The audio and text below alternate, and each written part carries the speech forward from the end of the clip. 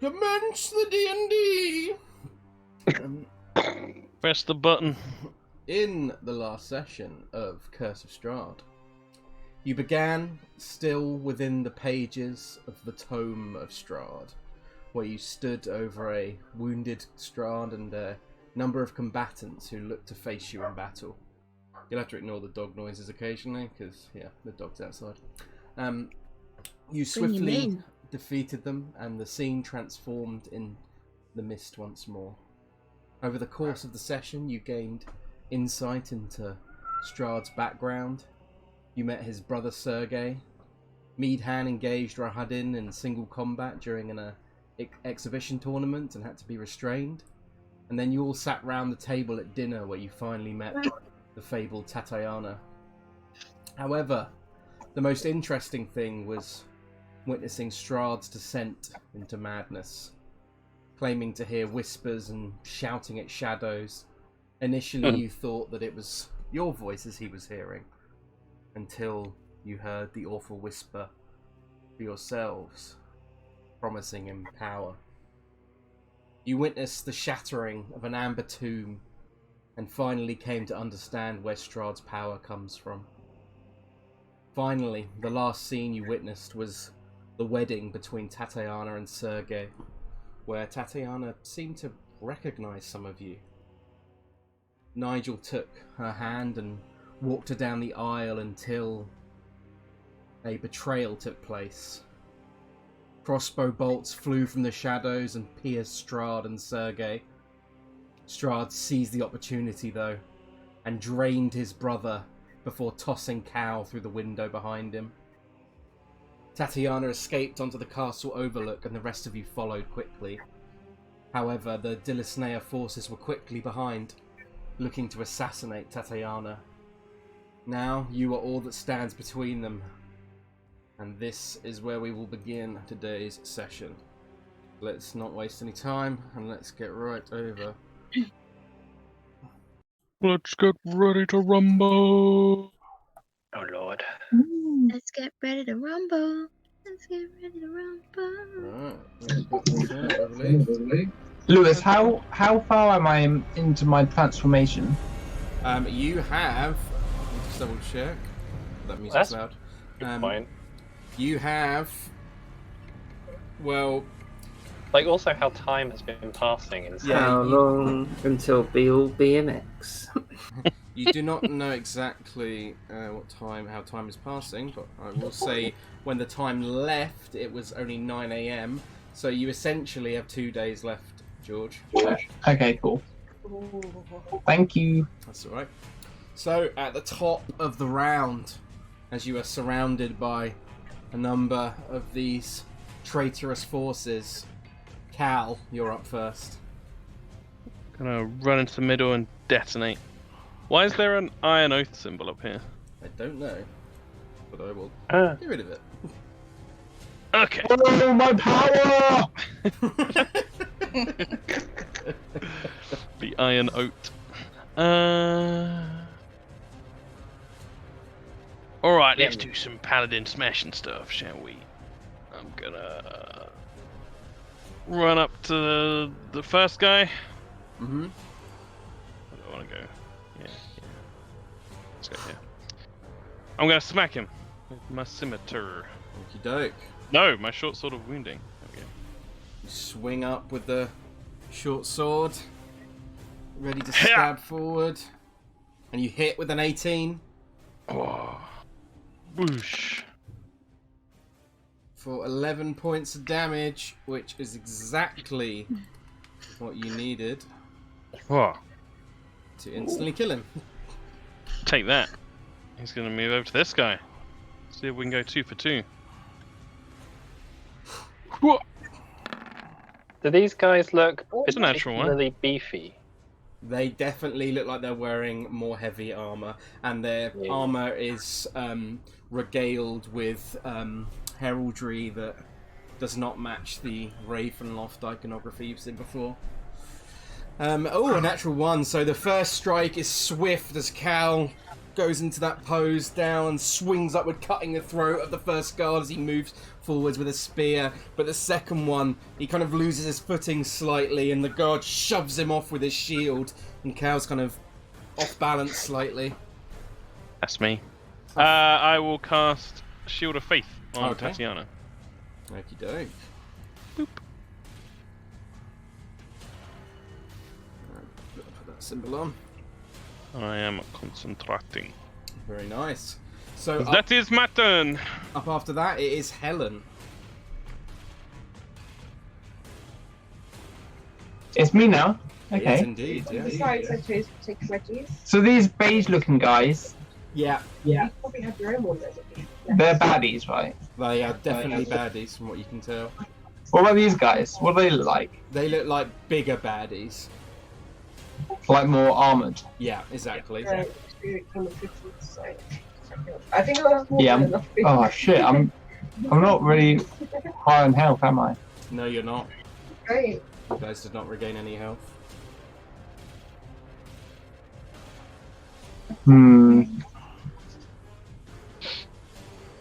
I think Helen, being who she is, would probably just sit back and recuperate Okay.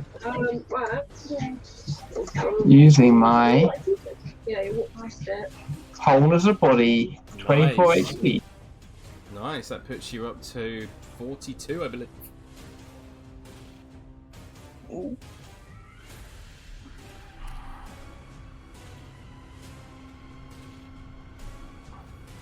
Alright, cool, thanks. Okay, if that's your turn. Then we move over to Nigel. Yes, Nigel must kill things. Nigel hit things. Nigel You having an will. existential moment.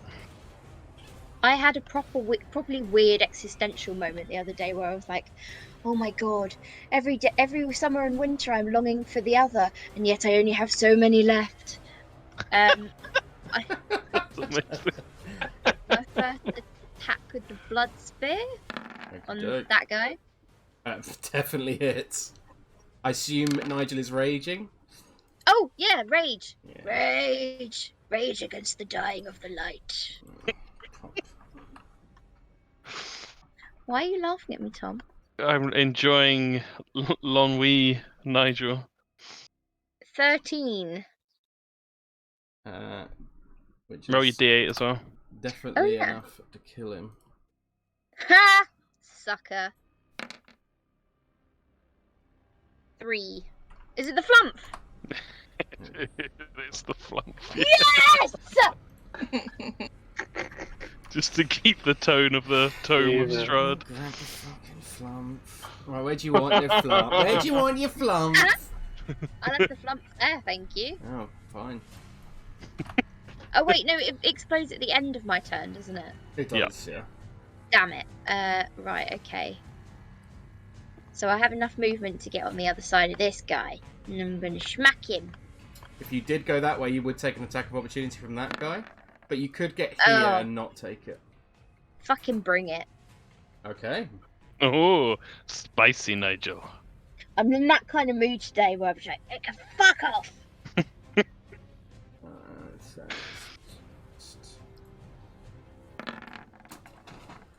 It's a 23 to hit. He does 12 damage, half to 6 on you.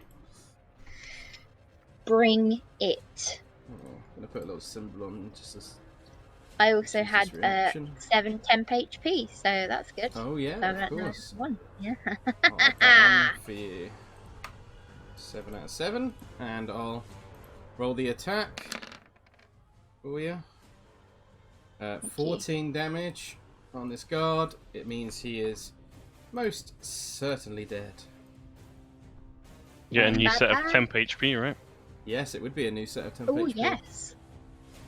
It's 2d. 2d6, I believe, yeah. Yeah, 2d6. Ooh! And Nice. ooh. So yeah, I've got 10 temporary HP, Nice. guys. But you did take 6 damage. Actually, no, it would have refreshed. The temporary HP would have blocked it. Yeah. That's crazy. That's Yeah. Oh, I awesome. forgot. I would have had temporary HP from killing Yeah, that guy no, as well. exactly. So it completely yeah. nullifies that damage. That's cool. Sweet. And then the flump. So a dexterity saving throw for this guy. It's not bad at dex. A 13? No, no, now I have to check the math. 8 Come on, plus 3, 11. I think it fails. I think 14's the DC. Okay. So it takes 1d6 damage as the flump goes. Bleh! Nice. Full 6. Damn. Ooh, Nigel's on fire today. Yeah, that's a pretty good turn, to be honest. Got that big flump energy.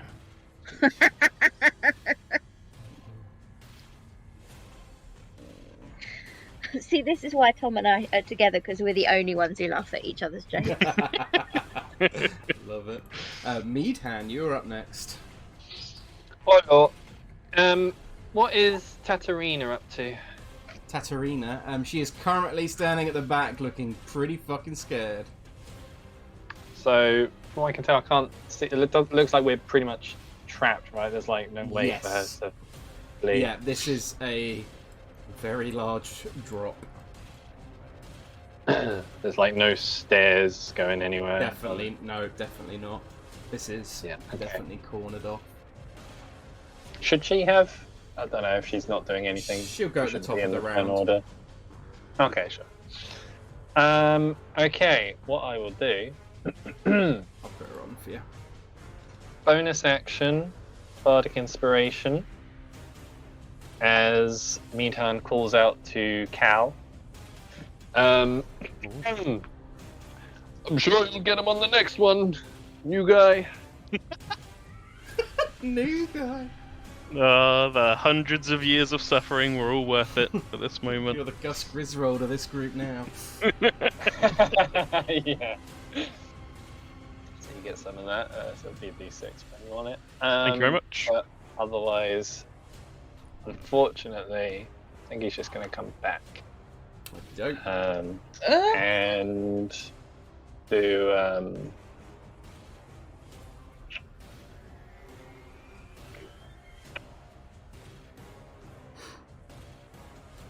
yeah.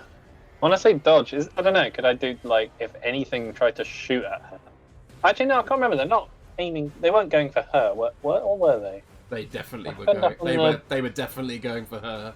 They were going for her. Yeah. Okay. So yeah, basically, could I just, if anyone tries to, I just kind of stand in the way of it?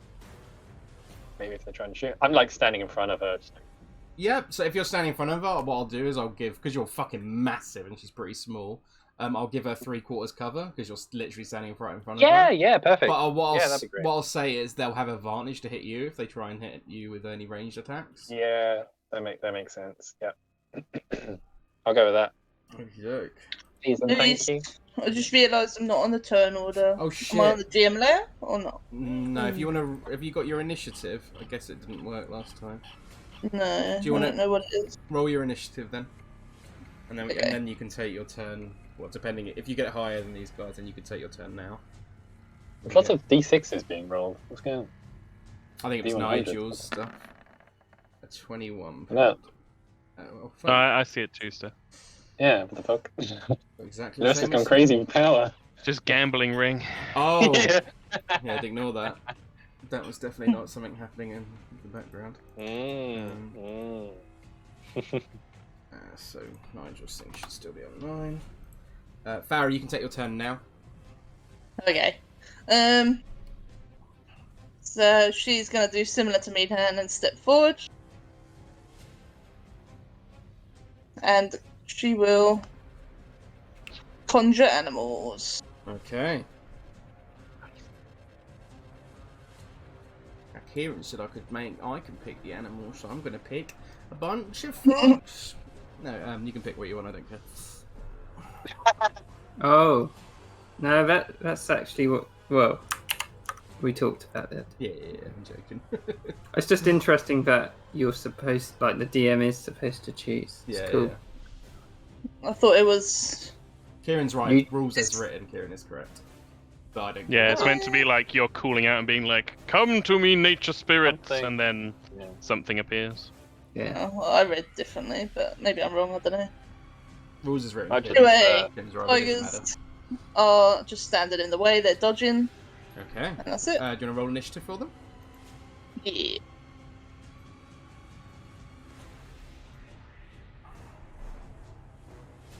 You're concentrating. Yeah. Put a little concentration symbol on them. Fucking hell, I can't get over that picture. That's great. Just summoned them from their latest bong rip. 10.15. So let me add them on. So you can do the tiger's turns now because they would have gone before this turn. Yeah, they're just dodging.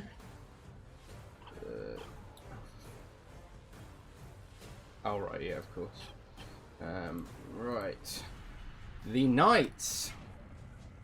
This one is going to... Well, now their target is pretty isolated.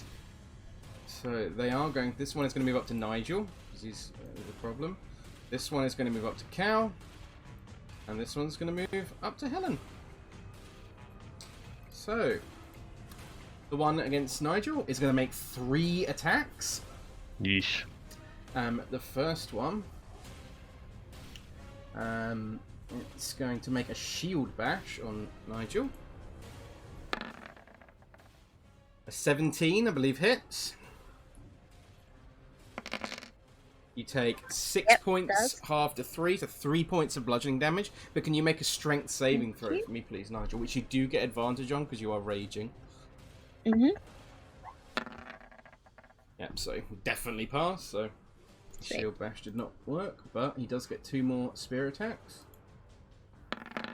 First one is a natural 1, so he misses and gets disadvantage on the second. And then the second is a 14, which misses you, I believe. It does. Damn. He gets his reaction back. This one against Cal is going to make 3 attacks. Again, starting with a shield bash. 15 misses, I think. Does, yeah. Then he'll go 2 with a spear. Stab, stab. 18. Misses. Ooh. And then a 19. Hits. I figured out his AC, boys. He's got 9 it. points of damage and a Constitution saving throw for me, please, if you're on concentration. Ugh. Oh god, I'm gassy. I will also use my reaction to Hellish Rebuke, so he needs to make Okay. a dex save. Certainly may do Cast it that. at first level. Con save. He gets a natural 1 on the dex save, so he definitely fails. Oh, I just make the con save. 11 points of fire damage. Bad. And I like to think it's like silvery moonlight. Ooh, I love that. Bursts up. Point of inspiration for that description. I like that a lot. Thank you. Against Helen, the shield bash. Will it work ever? Oh, it hits this time. It has landed. 8 points of bludgeoning damage to you, Helen. Oh, I also forgot to have Helen's thingy. Tired. Helen is tired. Right, let's. Where's it gone? There it is. Wait, have I been attacked? You Been are attacked, being Helen. attacked. You took 8 points of bludgeoning damage, Helen, and could you please make a strength saving throw for me? This is bullshit. It's bullshit. Love it. Sorry, that's the wrong one. I did it wrong. That's okay if you want to That reroll was it. stealth. How do I strength? Strength saving for us is top left, I believe. Hey, there we go. So very nice. So you do, Oh not, yeah, do not get knocked strong out. baby. However, it does get 2 more attacks against you. This is is terrible. I hate it. A 23 for a further 11 points of damage. Oof. And then finally, see if it hits in the last one. Nope. So just a further 11 is all it gets. That is their turn. It I'm is... very confused by this turn order.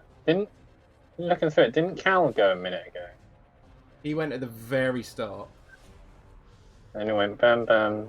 It was a bit fucked up because Farrah didn't roll her initiative, is what the reason why. Okay. So, that's, Yeah. And that was Nigel. so I let her go. Yeah. Okay. We're in the right spot. For sure. Get your guards. Oi, oi, oi!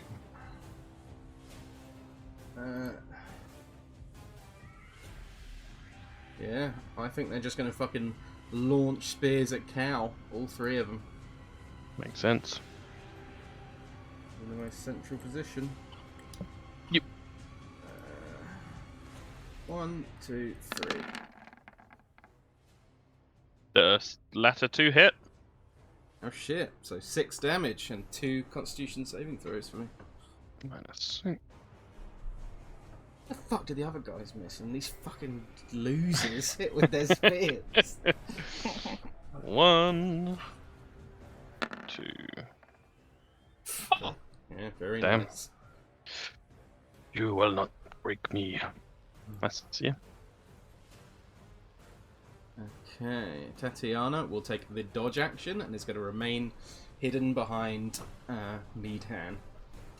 At the top of the round, Uh-oh. you see coming from the doorway to the north a limping, bloody figure. Of Strahd von Zarovich. Oh. Oh shit. And you just hear him call out, Tatiana! And he is going to go 10, 15, be 25. That guard's fucking boned. And you see him brandish this long sword from his sheath. And as you see it, I think he's the closest, Cal and Nigel, you can see that it begins to sparkle with electricity. Oh. Ooh. And he's gonna lash out. It's not the same one he fought Sergei with before, is it? Nope, Holy, it's that's a not. lot of dice. What? So that's a 23 to hit, and it does 38 points of damage. Oh my fucking god. That guy is dead. And then he's going to rush up to this guy and make his second attack. He's pretty good with that thing. Oh my god. 42 points of damage, which kills that guy. That is his turn. Let's hope he doesn't have that sword still. Cal, it's your go. I think even in the fight, Cal would see the sword completely obliterating these people, and a part of the back of his head's like, well, fuck. Yep, he's gonna fight off this guy. He's got disadvantage on his first attack. And that one. Cal, in fact, you would recognise the sword from when you initially fought him in Ravenloft. Oh god. Good memories. Oh.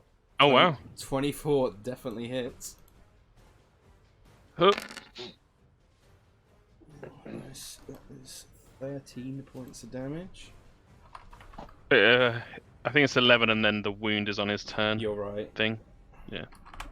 We'll go for the second attack, straight roll. Might smite on this one. If it hits, which it doesn't look like it does. 11 definitely Maybe misses. you've got the bardic if you want it. Ooh, it's very true. That is true, and with my back con mod, it's kind of tempting. I was sort of saving it for if I needed it for maintaining concentration. I'll leave it for now, but thanks for the reminder. That will be my turn. Okie doke. Helen, it is your go.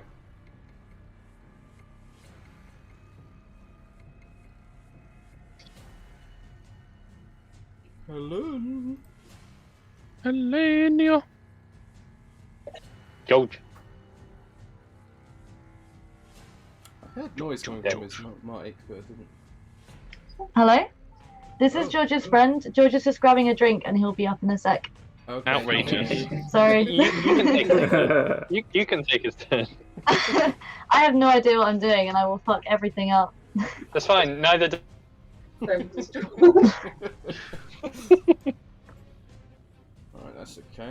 can get his character sheet up.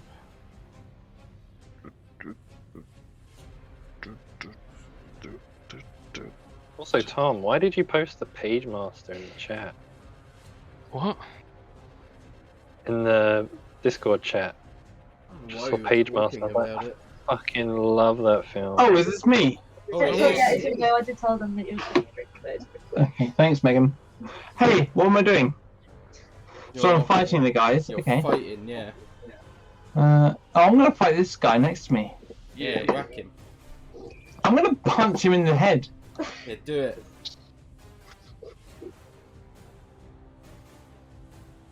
Woo. 25 definitely hits. Oh, you know it.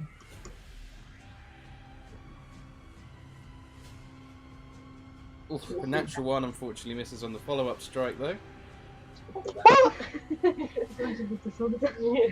We call that doing a cow. Wait, I attack though, right? Yeah, Even if you want to roll your damage. Sorry, I'm confused. I'm getting. You don't have advantage. You hit with the first one and then miss with the second one. Okay. 10 plus your d8 for your thing. Yep, so 16 points of damage. Nice. Not too bad. Not too bad. Not at all. Very good.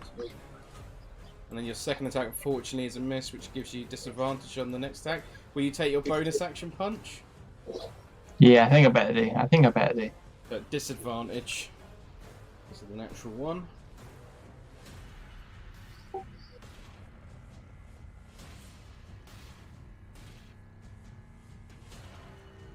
Advantage, wasn't it?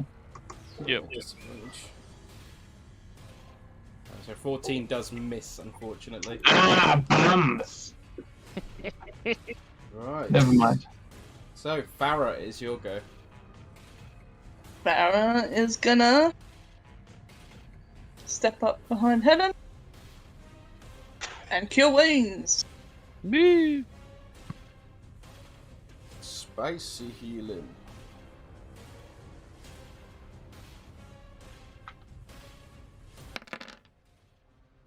That's 14 points of healing to Helen. I'll update George's token for him. It's 35. Yep, she'll go back to where she was as well. Yeah. Cool. Nigel, it's your go. It's me. I'm just gonna continue fighting this guy, I think. Okie doke. So, first attack. 27. Yeah, definitely hits. 15. Nigel, It's a fucking wrecking machine. killing my fucking enemies! I'm killing like a wrecking ball. Is he alive still? He's definitely still alive, yeah. Going for it again. These guys definitely look a lot stronger than the guards. Same again. Yeah, definitely hits again. Woohoo! Ooh, I'm low. gonna get told off in a Jesus, minute. that was low damage. 9. 9 points of damage. Right, so that is... I've already been told off once for being too loud, so I probably shouldn't do that. It's worth it. And your flump. Oh yeah, and the flump. Let me grab the flump. He's got to do his strength save. Is it strength save or Dex Dex save. save. Let me just quickly get this thing up. Fucking hell, he failed again! The garbage! He's got a +5! 5 damage. I was like, this fight might be a bit hard for them. No. We've got Stuart coming in now. Yeah. Take him out. Meadhan. Yeah. Good question. Hello. I'm gonna kinda whiz through to here, past the tigers. Bonk this guy a couple times. Yeah. Are you not- raging first or not? No, I'm not. No, I'm not raging. No ragey. Bonk. 21 definitely hits. 9 points of damage. Not bad. Take this tin can. Second attack. Ooh. It's again, yeah, it does hit again. Bonk, bonk.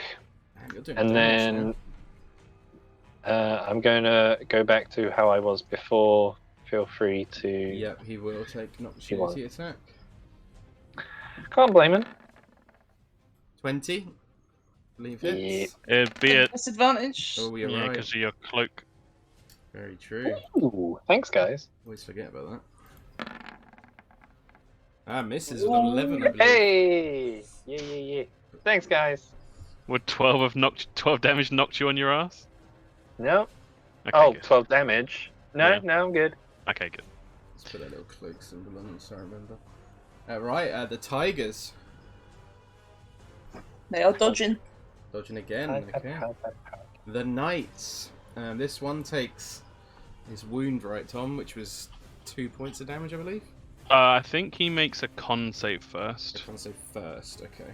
15 DC. Oh, he's got pretty chunky con. Yeah, so he 21. takes nothing and it's all gone. Okey doke, nice.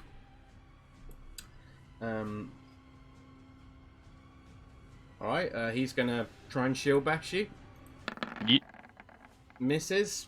Good job, Yep. guys. And then he's gonna go spear. 1 hits, I think. Yep, the 19 hits. 12 points of piercing damage. Ow. Con save. Easy. Jesus, +9. Yeah. Paladin saved. This guy's gonna try and shield bash Helen. Misses. Good job, guys. And double spear. 1 hits. Oh, okay. For a further 12 points of damage to Helen. I'll update George's token for him. 23 HP. And then finally, the one on Nigel. He's going to try and shield bash Nigel. Misses. Fuck me, they've missed every shield bash. Got +7 to it. That's what you get for being baddies. Just hits Nigel, I think. With 15. Is that right, Nigel? Yeah, his AC is 15. It So just hit. I think Wow, so. double ones on 2d6. That is 3 points of damage to you, Nigel. Thank you. And a second spear. Hits again. Another 2 ones and 2d6. Fucking woo! Another 3 points of damage to you, Nigel. Didn't even touch your temporary HP, which I will take off for you. Thank you. Yes, I'm still standing there. I was just about to. Alright, Tatiana is going to continue dodging and hiding behind Meadhan because that seems There is one guard. Oh, there left. is one guy! There is one guy! Can he be the hero? There's still hope. He's running. He's just seen his friends cut down by this fucking monster. Yeah. I will say that Strahd looks particularly monstrous. Damn. Oh. Strahd's go, who is going to chase after this guy, actually. Oh, Oh no. Patrick running. bless Yeah, he's dead. him. Patrick running, that's a great reference. That is his turn, though. Doesn't have all this shit yet. Cal. Yeah. Battle seems to be going alright, so I will keep slashing. Slashity slash. Slash number 1. Ooh, a 13. miss. And then Oh, you second... do have your you do have your bardic. Also. You know what? Yeah, I will use it. Thank you, Meadhan. D6, right? Oof, This is 16? which would hit. However, he's going to use his reaction to parry, which adds 3 to his AC. Oh. That's cool. I'll take the cinematic moment. Clang! And then second attack. Oof, Oh, it's worse. also a miss as well. That's my turn. Okey-doke. Simples. Helen, it's your go.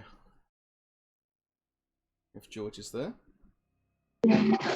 So here we go. I'm gonna punch this guy again.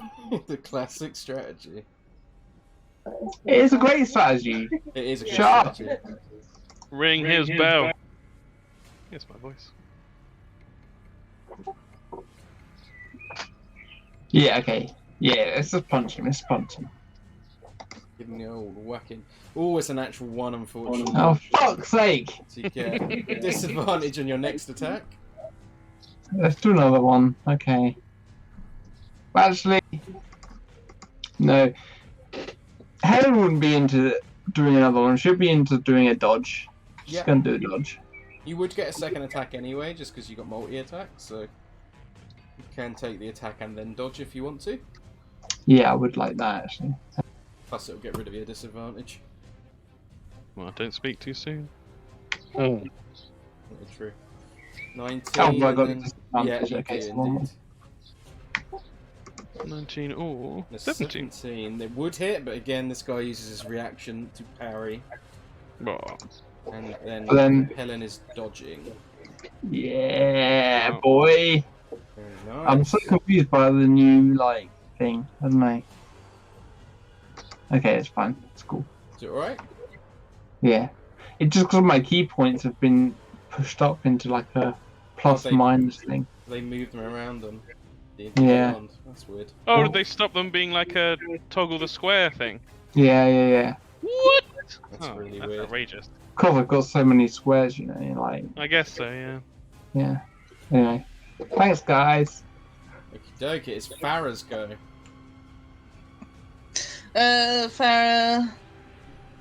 Farrah's gonna cure wounds again on Helen. Doke.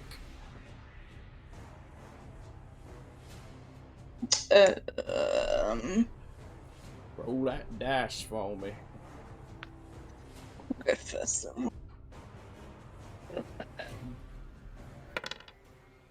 9 points of healing. Not bad.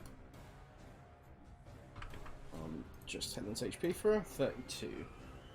Take your turn. Yeah, that's it. Nigel, it's your go.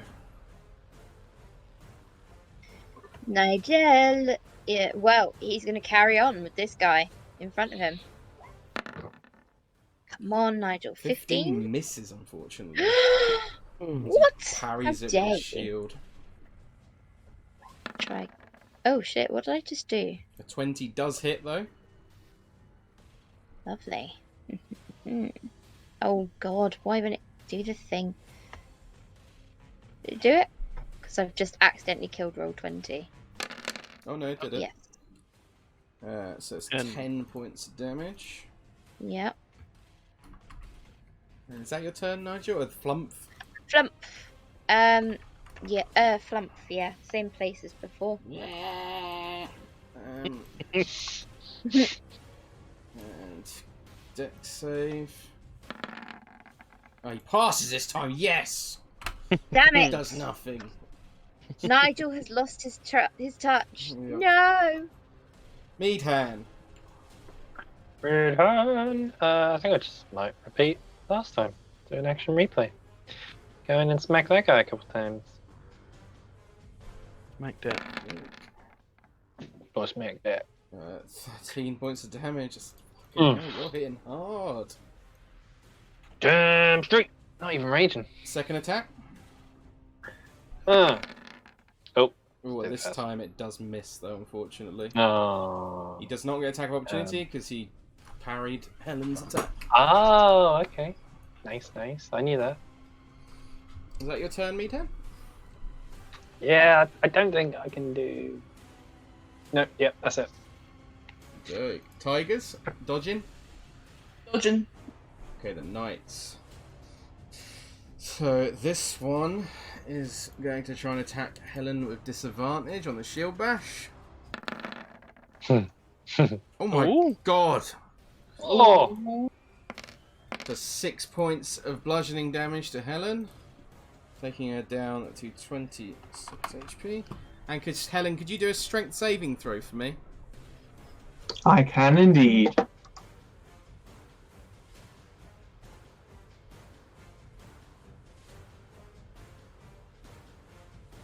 Wait, how do we strength saving throw? It's in the top. Oh, here it left. is. Here it is. Nice, absolutely crushed it. So the follow-up attacks are also a disadvantage then. So That's it. I kicked it out of the way. Very nice. 12 misses. And then a 19 hits, though, I believe. What? For I a love the outrage so further much. 9 points of damage. And then we Nowhere move near him go. on to How much damage? 9. 9 points of damage. So you're on 17 HP now. Wait, I'm 17 now. Yes. So you already adjusted it. I've adjusted for you, yeah. Okay, thank you. Shield bash on Old Cow.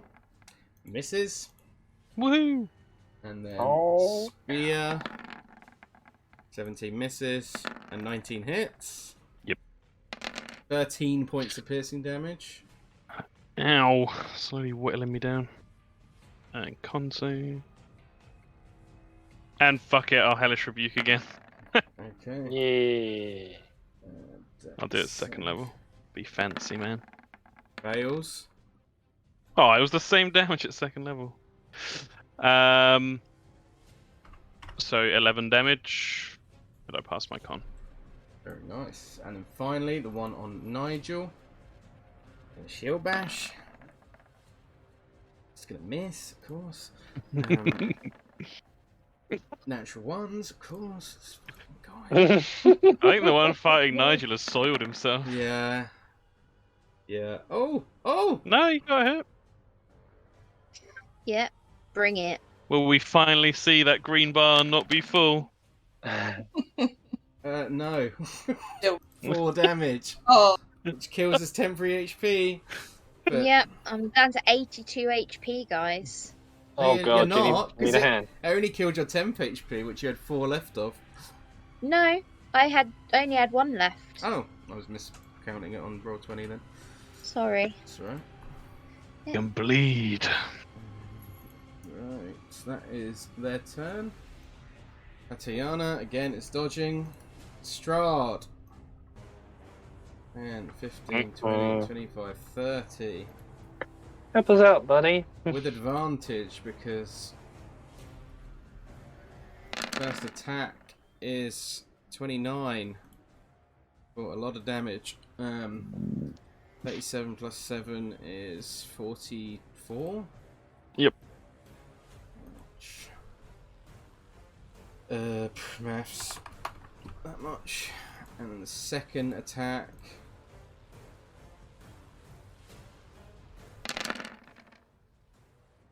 Is enough to kill him.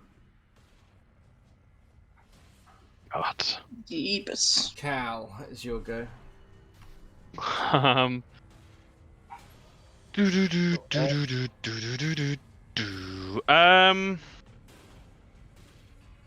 gonna try something different. I'm gonna try and cast. Oh no! I'm gonna try and cast Inflict Wounds on the guy. Okay. So I'm just gonna kind of break through his guard and try and grab him round the neck and inflict wounds. Huh! Melee attack roll. No, oh, inspiration! I have inspiration. Yeah, go for it.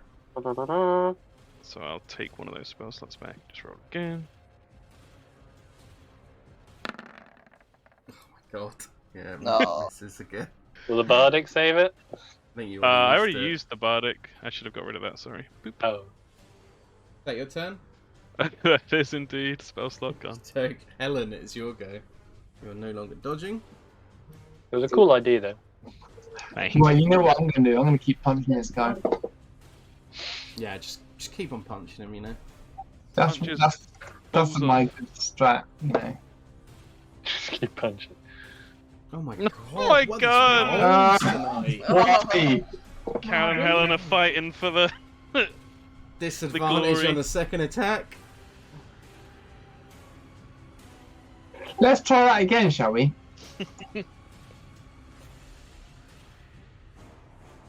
$11 misses, unfortunately. And again, I think Helen would be like, fuck this, dodge. Dodge, okey-doke. Farrah. We'll just let Strahd do the heavy lifting. God. Wait till he starts hitting you with this sword. Oh, no. That's what I'm worried about. We're not gonna have His love. What an asshole. Meadhan, be nice to her. I think she's just gonna cure wounds on Helen again. Yep, it's been working so far. Top up the Helen Pump the gauge. crystal full of 14. Damn nice. 31 again. That your turn? That's it. Nigel. Yeah, I fully imagine he's been like blown back by the. Oh no, he's dead. Okay, never mind. Yeah, you just saw Strahd just after were knocked back by this guy's finally managed to scrape you. You saw Strahd rush in and just tear this guy to pieces. He's just a smouldering mess on the floor. Jesus. Okay, well, I'm gonna attack this guy instead then. Okay, with Yay, advantage. Nigel. With advantage, yeah. Definitely hits. 27. 9. 9 points of damage. Okie doke. And second attack with advantage as well. Second attack. Second attack. Definitely hits again. Sweet. Oh. Further Wow. 12. Okie doke. Meadhan, it's your go.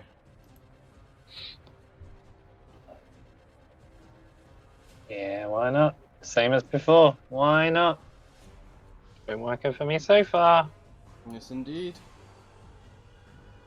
Doing some big In damage. your own time, roll 20. There we go. Definitely hits. 6 damage. Bit low on the damage roll. that Boing. time. Second attack. Uh, Hits Bang. again for another 8. He will use his Okay. reaction this time because he does have it. Okay, bring it up. Disadvantage because of your Mm-hmm. wokey wokey. 16. Yeah. 15 points of piercing damage. Okay. Nearly got ya.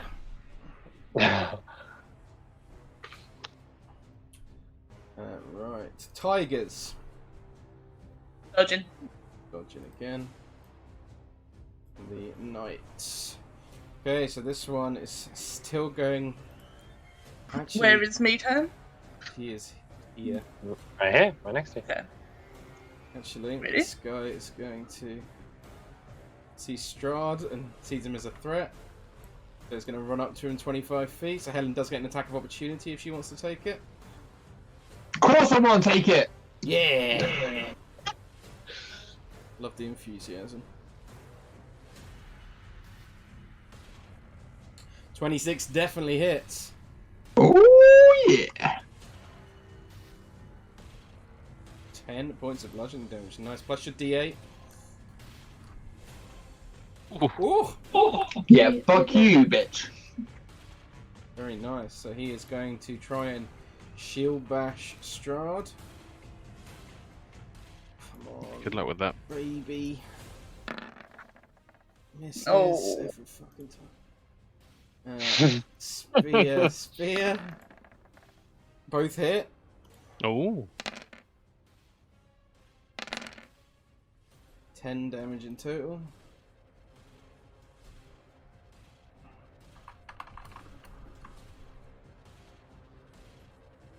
Strahd just looks annoyed. Tatiana is dodging. And he's going to turn around and take out that annoyance on him. Tatiana reacted to Strahd at all? She looks frightened. Of everything that's going on, I assume. And Fair enough. I would say particularly Strahd as well. Oh shit, okay. This guy's dead. Good. First attack. And then he's going to run up to here and make his second attack.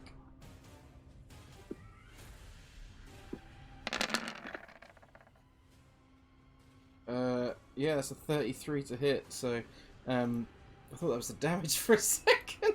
Use your parry reaction. That's 31. He's still up somehow. Machine. Jesus. But he looks hurt. Cal. Yeah, we're in a storybook. I'm not going to be stupid. Yep, he'll attack this guy with advantage. You know what? Out of principle, I'm going to try my fucking spell again. Yeah. Yeah. Second time's a charm. Oh, Stefan said the word second, so I'll do it second level as well. It's with advantage as well, technically. Yeah. Wow. I Okay. give up. What the fuck? This is my existence. Oh. You've been infected with the fucking what's her name from Kayla. Kayla, yeah. Oh my god. I never get to roll dice anymore. What the fuck? A 1 and a 2. Whatever. Helen, just finish this guy. Wait and see, man. Wait and see. Wait, is she actually holding back? No. So you guys have been punching this guy, right? Yeah. Or Yeah, failing yeah, to, yeah. in my case. Helen's gonna run in there and she's gonna do a jumping kick. Oh, yeah.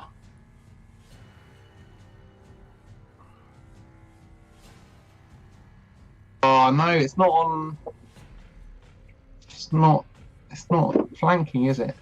You could step into cow space and step out. Yeah, so I'll it's step a bit- into Cal's space and flank it. Yeah. Please, put me out of my misery. Just pushes you out of the way. Yeah. Out of the way, noob. 25 definitely hits. Yeah. Woo! 10 plus your D8. Oh my god! He's looking bad. Second attack. Let's do another one. Damage punches in a row. 14 misses though, unfortunately. Oh no! Go on, beat him up. I'm gonna do a low kick. Trip him up. Yes. 22 hits. Yeah. And your D8. Could be it. And with that, that is enough. As Helen swings round and cleaves the head off of this guy.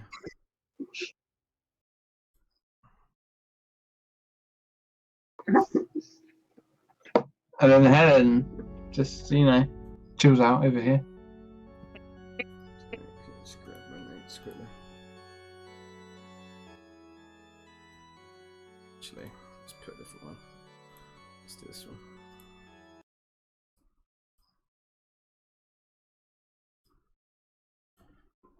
Right, so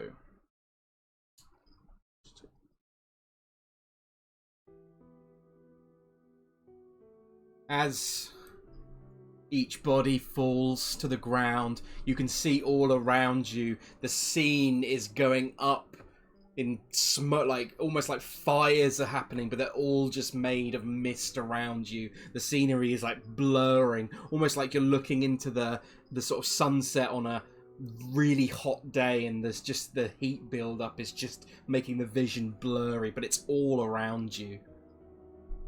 You see Strahd starts limping, his bloody form, he's gripping his side as you see a number of arrows have penetrated his body.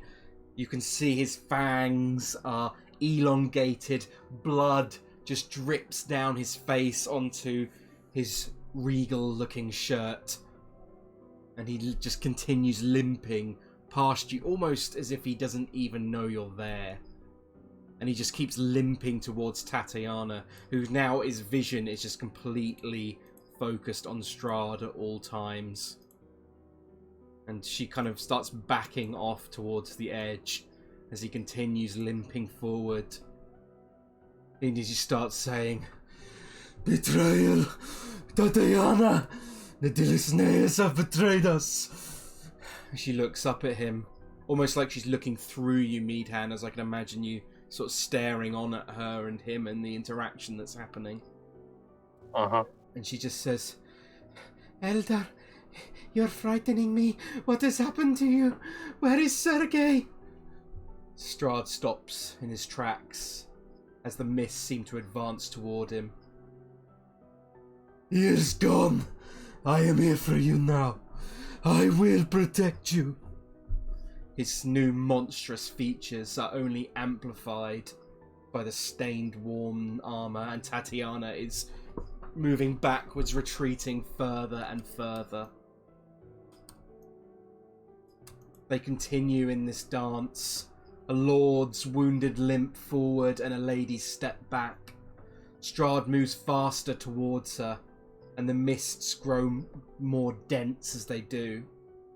It is not until you and Strahd hear the creak of iron that you realise you have reached the very edge of the castle's overlook. Tatiana!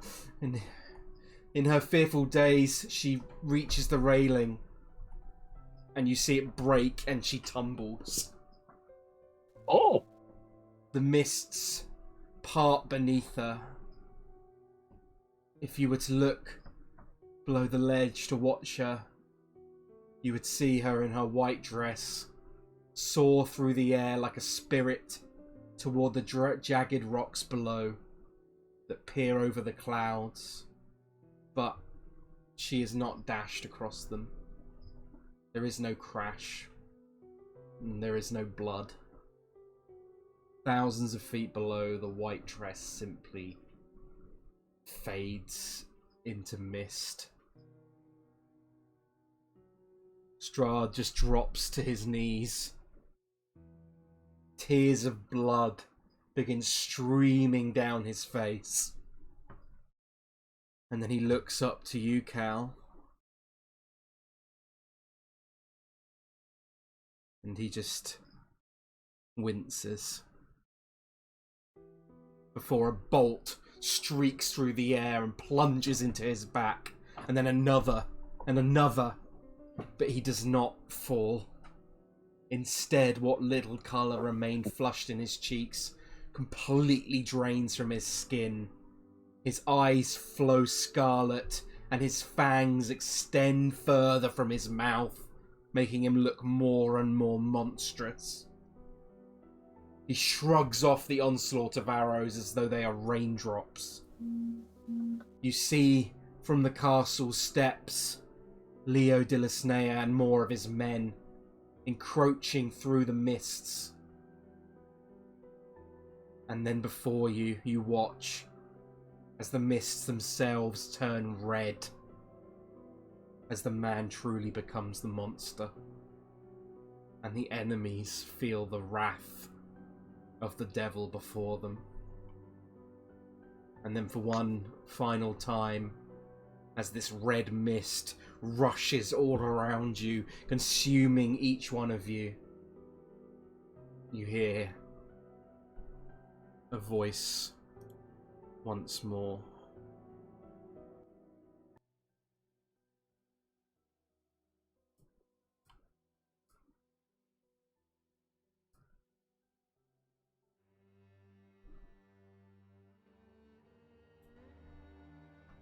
In that moment, the blackness came, covering me, covering the world, never to lift. It weighed upon me, heavier than the mountain, smothering and crushing me into something less than dust. My curse is to know no happiness, no love. Tatiana's body may have been lost on that day, but our soul remains, reborn again and again. But at every turn, this accursed place turns them to ash, slipping them from my grasp. I made this pact for you, to show you that I had not become death. How many times over the centuries have I met you? How many times have I lost you? You would wear so many different faces, so many different personalities. But I would always find a way to touch those hidden memories within your heart. If I could just break the cycle, break whatever curse that keeps us apart, then in doing so, that I might find freedom for us both. And slowly but surely the red mist that surrounds you dies down and turns to grey once more. It chokes you above, and then it slowly begins to dissipate around you, falling from the sky above and slowly making its way past your eyes, past your nose, past each of your mouths, down past your chest, until it reaches your feet, and it is no more. And then you find yourselves standing back within the swamps of Berez.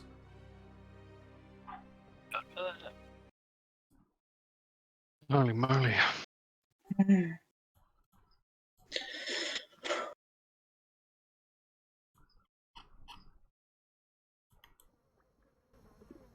Whoa, I haven't seen this art before.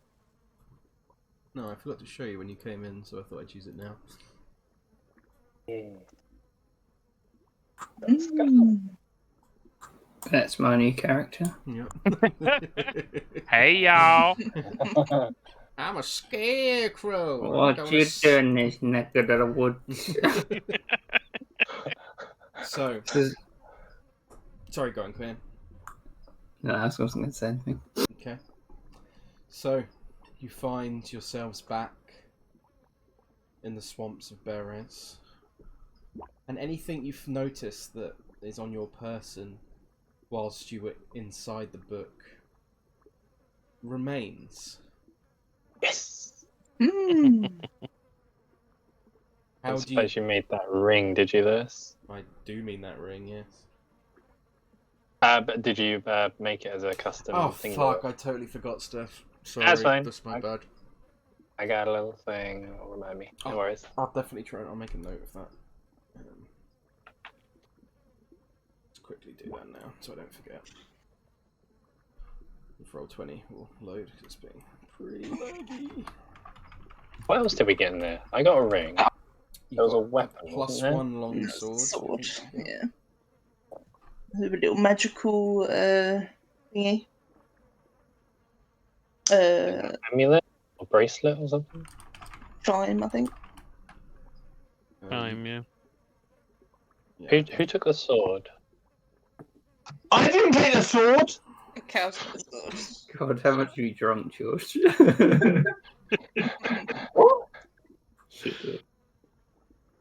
I don't think you decided who took the sword officially. I think I said I took it, but I didn't add it.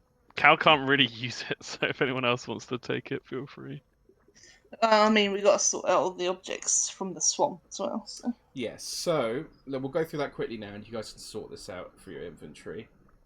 I think I've decided, for the sake of Barovia, just because it's a pain in the fucking ass, I think I like the fantasy of using the Arcana rules outside of Barovia, because obviously you then can seek out wizards and stuff to actually do that. But in Barovia, it's just not possible. So I think I'm just going to reveal the items to you, if you guys are okay with that. If not, Would then... I identify? Well, even better, so that kind of like justifies Barry using identify on the object, so I just kind of would rule that as a roleplay thing, unless you guys are happy with the roleplay stuff for it, and then in that case, then I'll just say we'll carry on as is, but I wanted to bring it up just in case. I mean, once we're safe, I imagine Farrah's just going to do identify, right? Exactly. Yeah. So we'll just do it. Yeah. So you guys are okay for me to just tell you what items they are?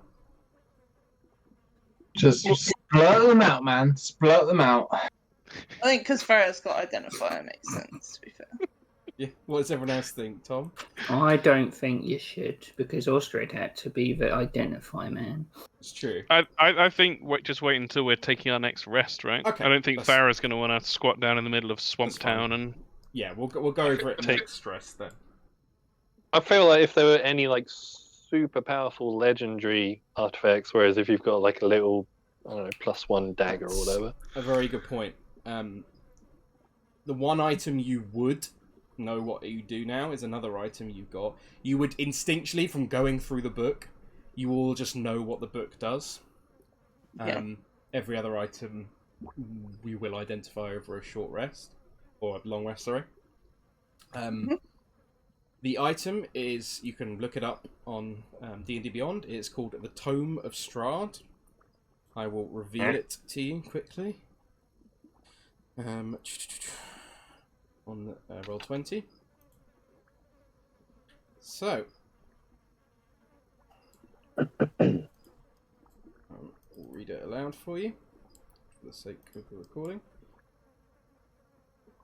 Oh wow, that's ridiculous. So, the Tome of Strahd is an ancient work penned by Strahd von Zarovich himself, a tragic tale of how he came to his fallen state.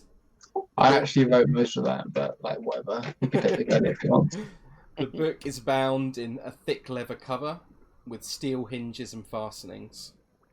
The pages are of parchment and are very brittle, and most of the book is written in the curious shorthand that only Strahd employs.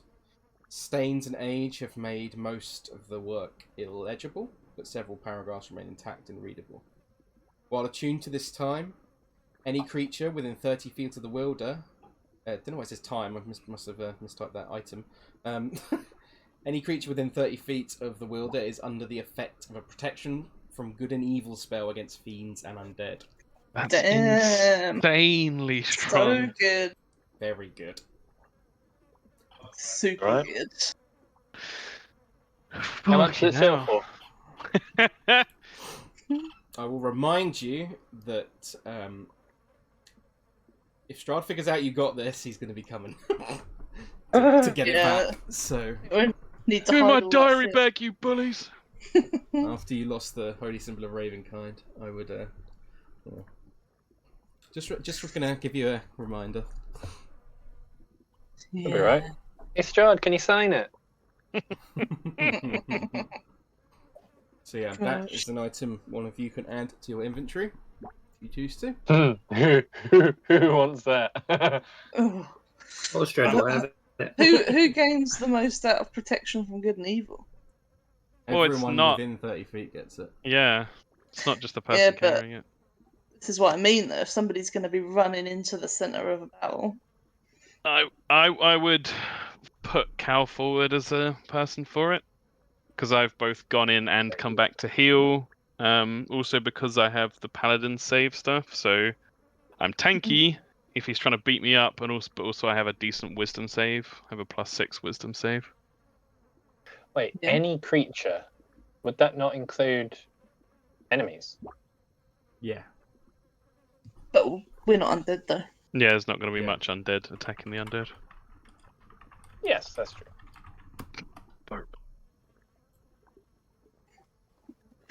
Although, it might be protected against my fey creatures. I think it just said fiends and undead. Yeah, just fiends and Yeah. undead.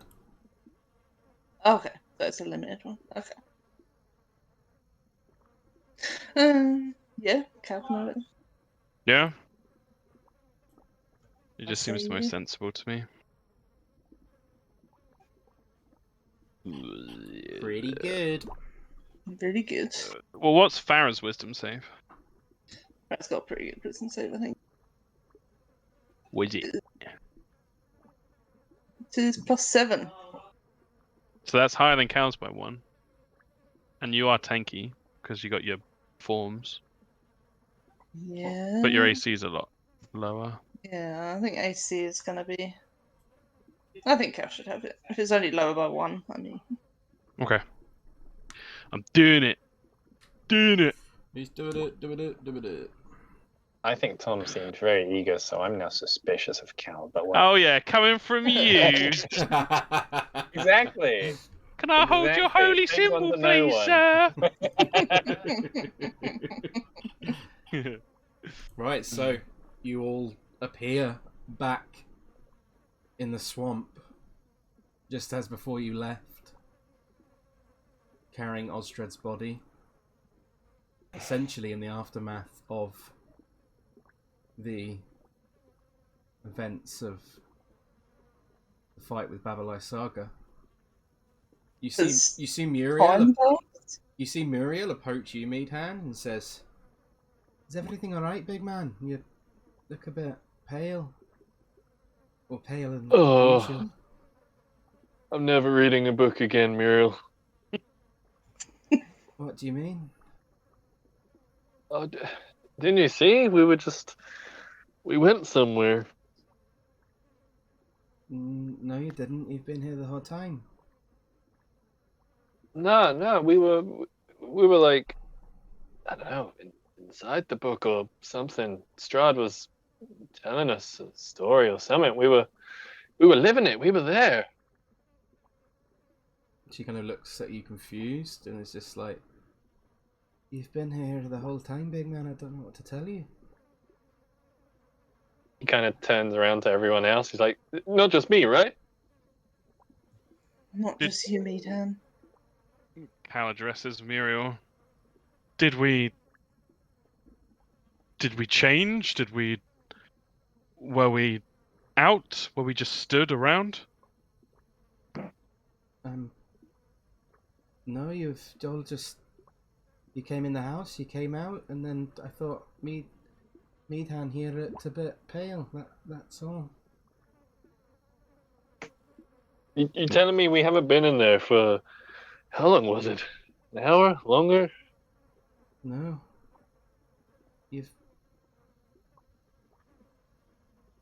I believe you, but on this end, you've just been as normal.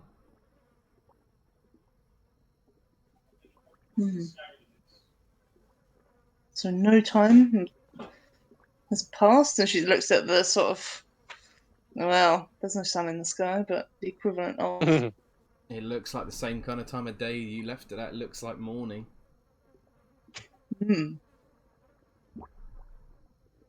Well, we haven't lost time, I suppose. That's something, I guess. I certainly feel a lot older, though. Time is just a concept. I don't know what you're talking about. I assume Nigel is still holding the book. He would be, yeah. Well, unless we just decided Cal took it or whatever. I feel like it's probably time he dropped it then. I would. Yeah. As soon as they got back, he probably would have been like, "Huh!" Yeah. Chuck it in the mud. Cal would pick it up. Yeah. And they say knowing your enemy is the greatest step you can take towards defeating them. This could be a powerful ally. I feel like we learnt a lot. If that thing is as powerful as you say it is, then I would keep it well hidden. I agree. Cal nods and tucks it inside his armor somewhere. Does Cal still have the sword? Like, is it on him? Yeah, he would take it off and say, "This doesn't actually suit me. If anybody else wishes to have it." Bit too heavy. Just surprised that you still have it from a story. Well, if it can manipulate time, I suppose items from the past. I just wonder know. if we could have influenced it more, if it wasn't just a story. Hard to tell. Some points felt like we weren't really there, others more so. Yeah. Felt like we were. And we have to remember it was his voice we were hearing. We don't know that it was all true. Could be his own sob story, the spin he's put on events. That is true. We'll take what we've learned with a pinch of salt then. Salt does form into beautiful square crystals. They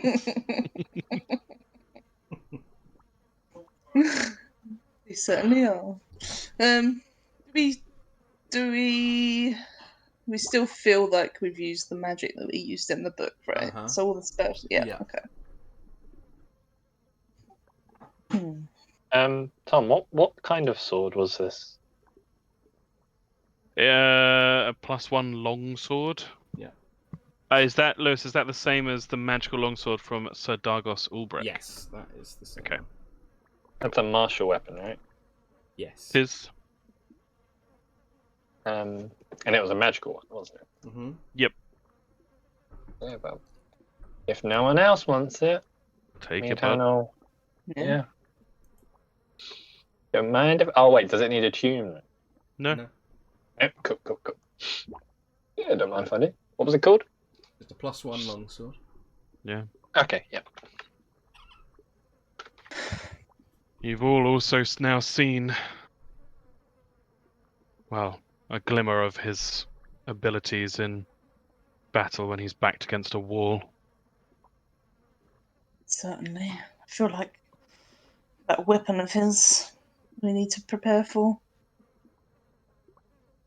We could find a way to separate him from it. That would be Ideally. a great boon. Though he can fight with fang and claw just as well.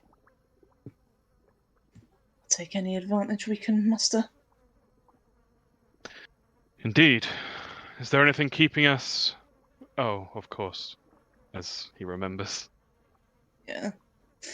Farrah looks down to Osdred. He needs a proper burial, or what's it called? A pyre, spire? Yeah. If we're gonna do it here in this godforsaken place, I think burning would be best. I think we're going to struggle to bury or burn in the swamp. Perhaps we should carry him back Okay. up our path. I agree. I think we should move away from here. I don't think anybody would want to be buried or burned in this place anyway. Let alone Osdred. One thing you notice, Farrah, with your high passive perception, is that when you recovered Osdred's body, you notice that he didn't have any of his things with him, or a lot of the things were missing. Shit. They seem to. His backpack would have been flown open, and he's not carrying. He's not got his warhammer on him. Not his shield, and a number of other items seem to be missing from his backpack. Now, in order to try and recover Osdred's things, I'm going to make you guys partake in a little skill challenge. So, I'll explain the rules once again, just so you guys remember. The way a skill challenge works is you have to reach 3 successes before you reach 3 failures. In this case, the failure state is Osdred's items sinking into the swamp and being basically unrecoverable forever. You better not fuck up. Yeah. If you pass, obviously you will get the items back. In this case, it's a success state. So you can choose any skill you are proficient in. You have to be proficient in it. You can only choose that skill once, and you have to justify how you're using it to me to recover his items.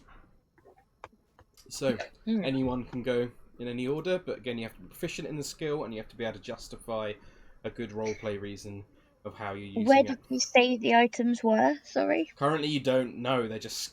Assumably, they've been scattered around maybe when he was thrown out of the house by the massive roots. Thrown off his kebab stick. Pretty much, yeah. I'd like to go first, if Yeah, that's of course. okay. Yeah. Just because I had a mini brainwave.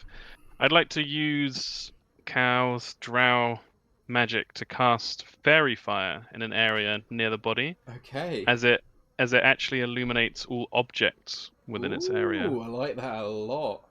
Okay. Mm. Pick a skill alongside that for me, and even if you aren't proficient in it, I'll allow it because that's a really cool use of a spell.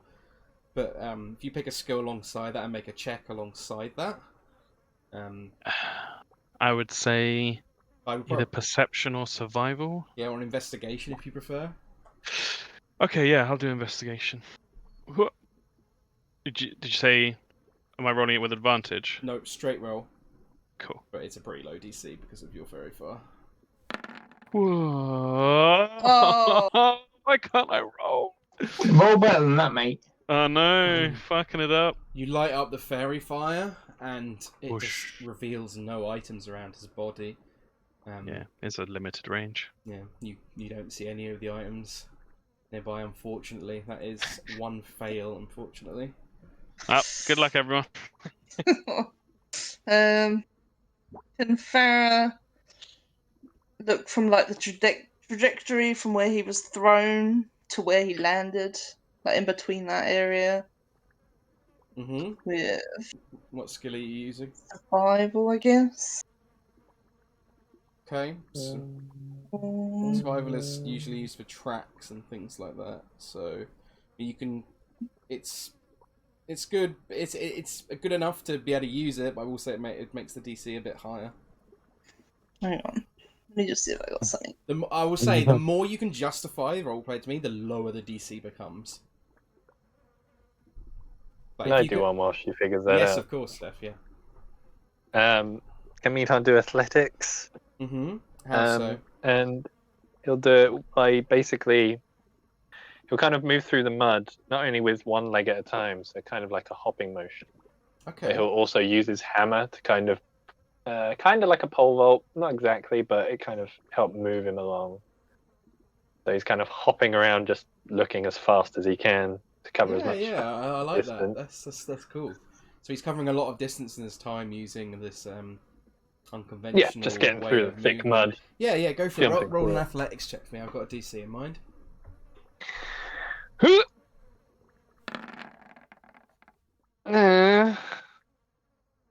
keep searching and no dice, no luck. As you're making your way through, but it seems the objects are either sinking fast or you're just having very little luck. It's gonna rage. No. I already did. So we already have Meadhan do his athletics. Can I do athletics as well? Yes, you can indeed. You can indeed. Of course, what Helen wants to do is just like run around really quickly and like cast an eye out for anything cool. Okay, I've got a DC in mind. If you want to make the check. Did you say we had a certain number of checks we could do? I don't know why that wasn't. 3 failures before 3 successes. I think that just passed. Yeah, unfortunately, even with the advantage, they were both fails. Oh, mate. Fortunately, all of Osdred's items sink into the swamp themselves. Well done. No pearl, no identify. Nope. Yeah. Thanks a lot, Kieran. Whoa. Gotta make it hard for you guys. Why couldn't you attach little life rafts to all of your equipment so it stays up? This is what I do now. I'm just gonna sit here and berate you. Oh, hang it's on, like okay. Osdred's back again. Yeah. From beyond the What grave. stuff did remain in his backpack then? So, Sorry. what were you going to say, Nigel? I was going to say, can I do athletics to Well, see if I can catch things before they sink? Unfortunately, you've already failed in the attempt. We failed so much that we failed it all. Never mind. I will say, though, who has got the highest perception score modifier? Is it passive or? No, just your regular perception. Who's got the highest? Mine's 4. +7. Jeez. Does anyone beat Christ. +7? Don't think so. Specialized. If not, then Farrah, roll a perception check for me. We've Got guided. this. You can add guidance if you choose, yeah. Yeah. Look good. Fuck. I give up. We're doomed. Anyone get inspiration? 13. 13. Okay, with that, the items you know you've lost are the Brooch of Shielding, Shit. the Scroll of Ceremony, the Potion of Shit. Stone Skin, and basically all other magic items, apart from one that you do notice.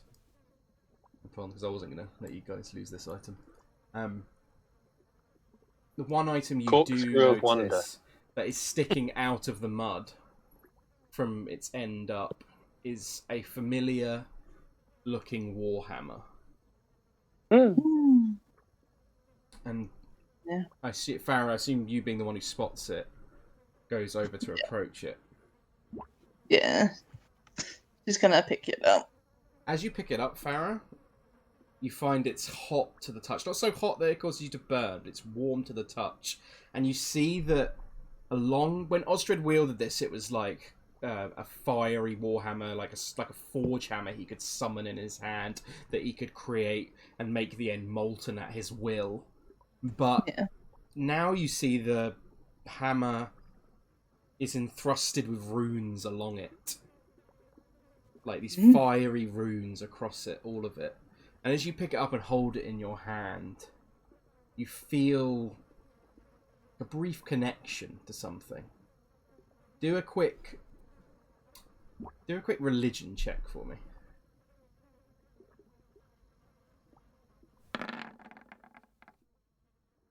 Okay. You're not... It feels weak, very weak to you. Almost so much that you don't understand it fully, this connection. But you get this sense of something of Osdred is within this hammer, or hanging on, some essence of life, or something of his faith remains. Yeah. And it feels magical to you.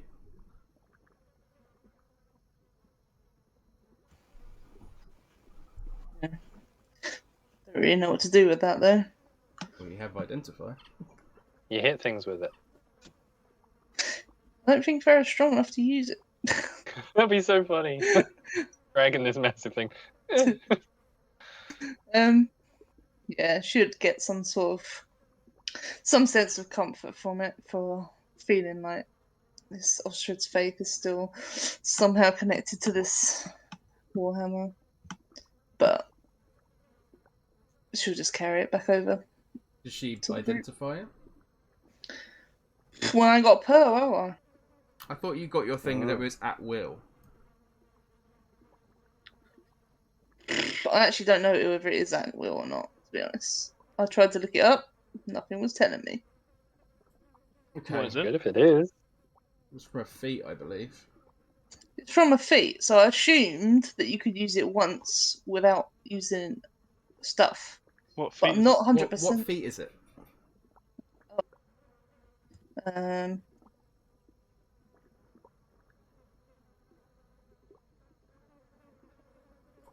can look at your feats if you want me to. If you're not sure. On my laptop, it's like Dirty weirdo. crazy. You go to feats, then go straight to the bottom. It should show you. It's fate touched. Beta. Oh, he loved them That's feet, one. so he do. You learn the Misty Step spell on one first level of your choice, can cast each spells without expending a spell slot, charging on a long rest. You can also cast these spells using a spell slot you have of the appropriate level. Yeah. So that's why I assumed you could do it once without using stuff. But I'm not 100%. Sounds like you still need it, because you still need it to cast a spell. Yeah. But because it doesn't use a spell slot, though. I'm gonna say you find the pearl because I can't be fucked with material shit. It's so annoying. It's out of the swamp. Yeah, yeah, literally like that, Steph. It just like boom, out of the swamp beneath the hammer. A little pearl comes up. Because I can't have you guys walking around with all these unidentifiable magic items with no wizard in the world who can help you identify them. It'll be great. Well. We'll just swing them at people. Yeah. What about my guy, Bagshot McGee? He's a Yeah. wizard. It's true, yeah. You spoil it, Kieran. Bagshot. Bagshot. Yeah, so you have the pearl. I'm not going to worry about that too much, because to me it's just way too much to keep track of in a campaign that's already got quite a lot of stuff to keep track of. So. Okay. So yeah. So Okay. I don't know how long it takes. 1 minute if you're using a spell slot. Well, okay. 1 minute if you're not doing it ritually. Yeah. There you Okay. Okay, so if you identify it, you get a strong sense of magic from the Forge Hammer. And you can look up on D&D Beyond. There should be an item called Dumathoin's Wrath. Oh. So, Dumathoin's Wrath, with that religion check as well, you get the impression that this hammer is transformed slightly in the wake of his faithful having been killed. It's a +2 warhammer. It requires attunement by a good aligned dwarf. When wielded by the appropriate dwarf, the hammer can be accurately tossed up to 60 yards at an opponent, dealing incredible damage, and is even more devastating if the target's a giant, has the giant slaying property. And if wielded by a good worshipper of Dumathoin, it also gains the power of a paladin's holy avenger. Fucking hell. However, a non-dwarf ally of a good worshipper of Dumathoin can call upon some small aspect of this weapon by invoking the worshipper's name and Dumathoin's name when attacking with it. The next attack that hits a fiend or undead creature causes it to take an extra 2d10 radiant damage. Once this feature has been used, it cannot be used again until you finish a long rest. Gee, that's still pretty good. So, basically, how it's meant to be is that you need to attune to it to access the Holy Avenger stuff, but otherwise it's a +2 warhammer that you can invoke Osdred's name once a day to deal an extra 2d damage to either a fiend or an undead. Put that longsword straight in the bin. Well, I was thinking Nigel could have it, because he hasn't got a... Yeah, it does. He's got a blood spear. He's got a blood spear, but it's not a cool warhammer, though, is it? I think it does about the same damage. I think Warhammer's a D8, and I think the blood spear's a D8, if I'm correct. Yeah. Spear's D6, D8. Warhammer's D8, D10. Yeah. Versatile. So it is slightly better. Yeah, it's up to I you guys. have to be the chosen one. Yeah, it's true. No one else can wield the blood spear in the same way, because Nigel is the chosen of the OG barbarian. blood. Yeah. I mean, You do like your blood spear. The only reason I say it's because it's Ostred's and Nigel is part of the Iron Oath and Meadhan is not. Yeah, Meadhan also said a dicky thing. It's like his choice to die. And it's like, no, it wasn't Meadhan. I mean, I've already got a hammer and 3 attuned things, so... It wouldn't Go cost on, Nige. it wouldn't cost an attunement slot, I'll say that much. I thought you said it did. But it has to be attuned by a good aligned dwarf to access the Holy Paladin's Holy Avenger feature. Good thing Mr. Muggs is coming up. The names are just getting better and better. I think Nigel should have it. I think Nigel.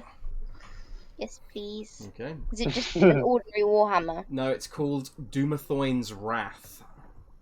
Yeah, I can't spell Dumathoin, so... Dumathoin. Oh, there it is. Neither could Osdred. Ooh. If it doesn't quite work properly on D&D Beyond, then just attune it and then don't count it as an attunement slot. Okay. Thank you. But hopefully it should work okay. I think it's alright, actually. Okay, good. Yeah, I had a free attunement slot anyway. Okay, awesome. Thank you. Yeah. As Farrah gives it to Nigel, she'll say, I can feel some semblance of Osdred in this weapon, Nigel. I think he'd want you to have it. I can only try to do him justice by the deeds I enact with this weapon. Exactly, Nigel. Defeating Strahd will definitely be one of those. It is the least we can do. Yeah. She's gonna. We've lost all the other items though now, haven't we? Yeah. Yeah, I think so.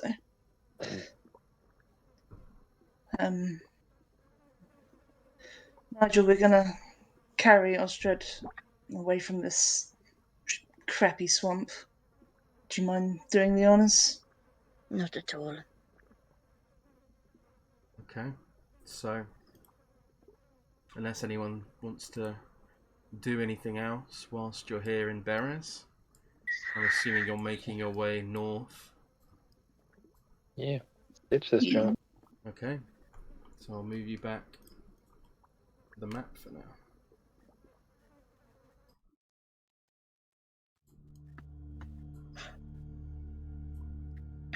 So, how far do you want to travel? Where is the path that goes to the dragony place? So you would know there's a path that is somewhere within the forest. So if you go down to, I think it's on supplemental. No, it's on player handouts in the map of Barovia. If you open up that map, there will be.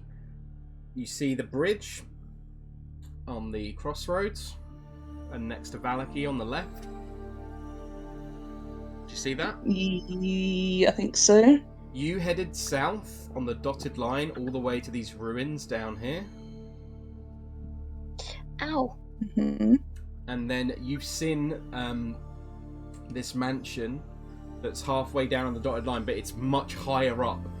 It's on a cliff about 1,000 feet up. So with this map, we'd have to go all the way up and then around. Mm-hmm. That is one way you could go. You have seen that fork within the forest before as well, that heads off in that direction. You have not walked that path. So it's quite a way.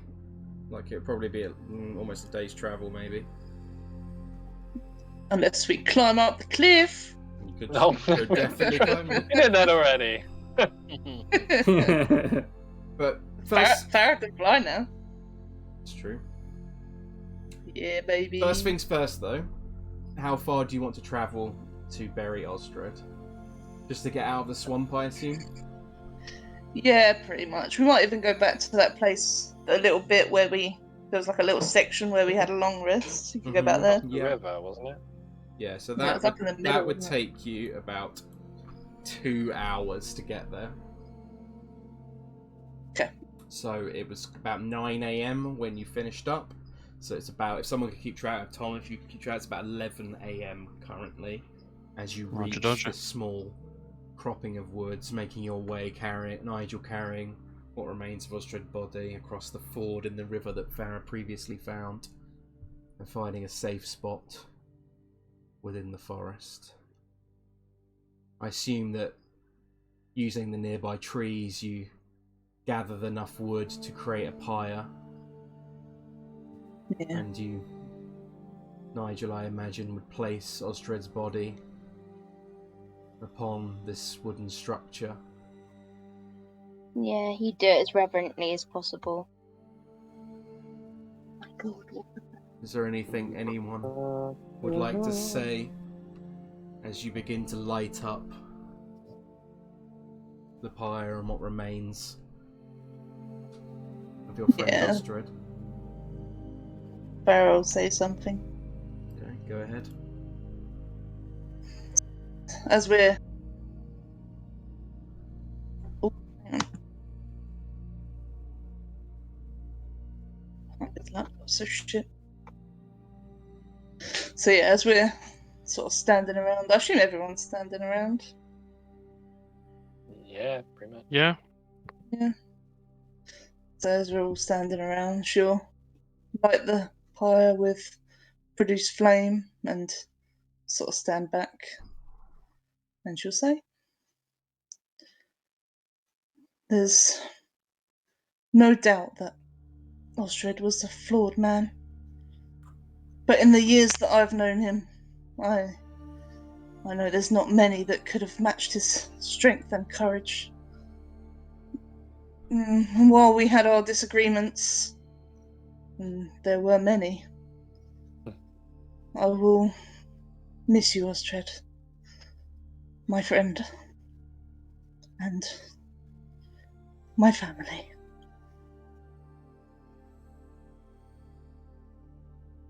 How would the rest of you react as this happens?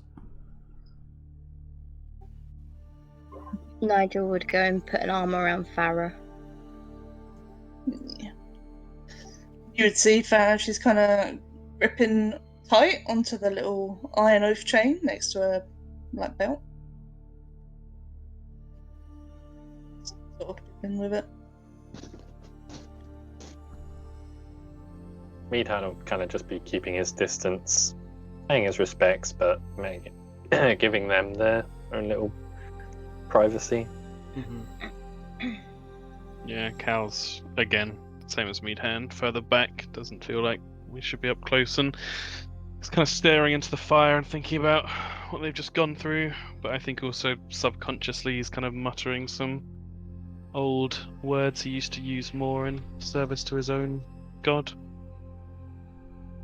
Okay, and as you watch over onto the pyre with Farrah gripping her chain and Nigel firmly gripping the shoulder of Farrah, the fire burns bright within these small woods on this early morning,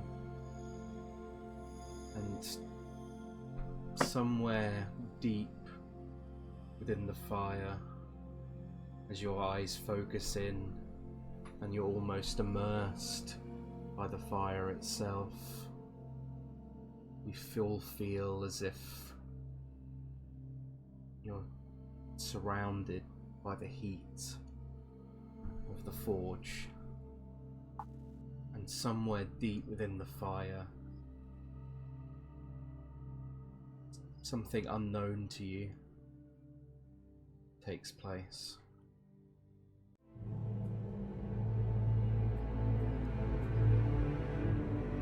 Fog.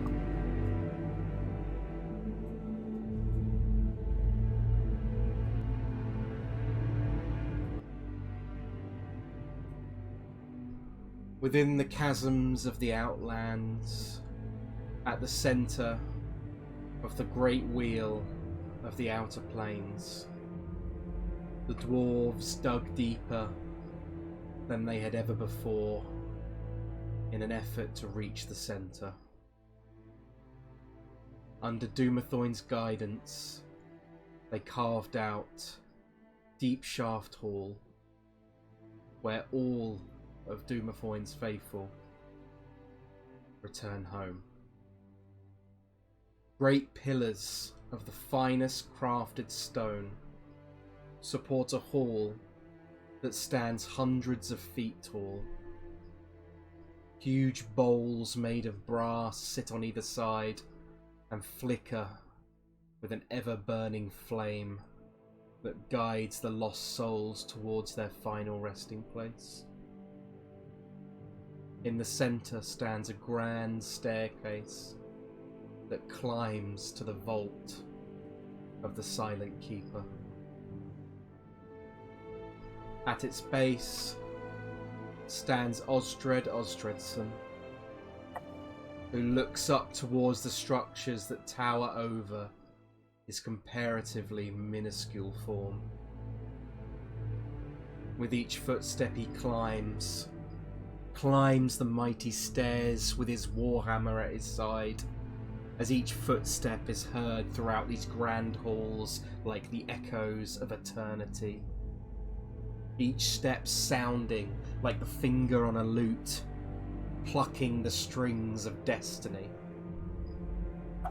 And as he arrives at the top, beads of sweat pouring down his face and mixing with his beard, he places his warhammer upon the vault and falls to his knees. He clutches at his holy symbol, and Osdred closes his eyes, and within the halls of Deep Shaft Hall, he says a silent prayer.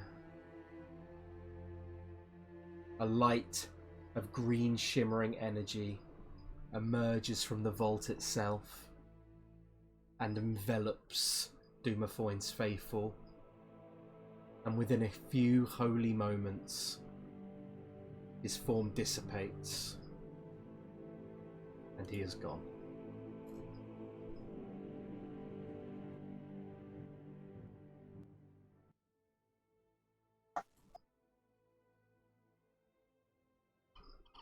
We return. The scene within the cropping of trees, where the fire burns bright, and over the course of approximately an hour, you say goodbye to your old friend, and the pyre slowly turns from a blazing inferno to simply a pile of wood and ash. But the journey must continue. The fight does not end. Iron Oath, or what remains of you, what do you do now?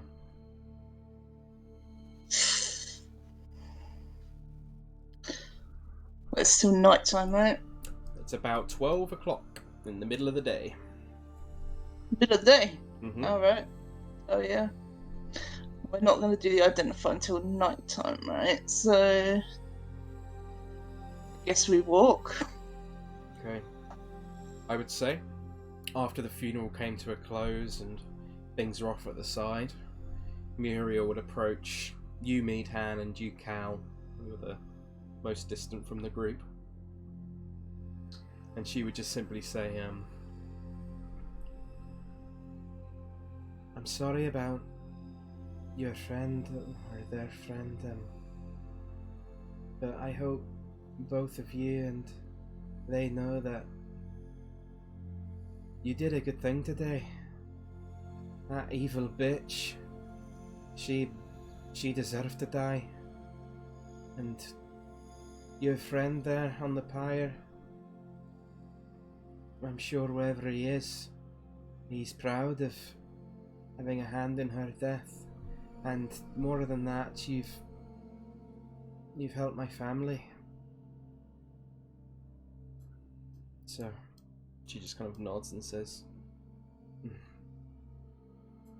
Davian may not be the most grateful man.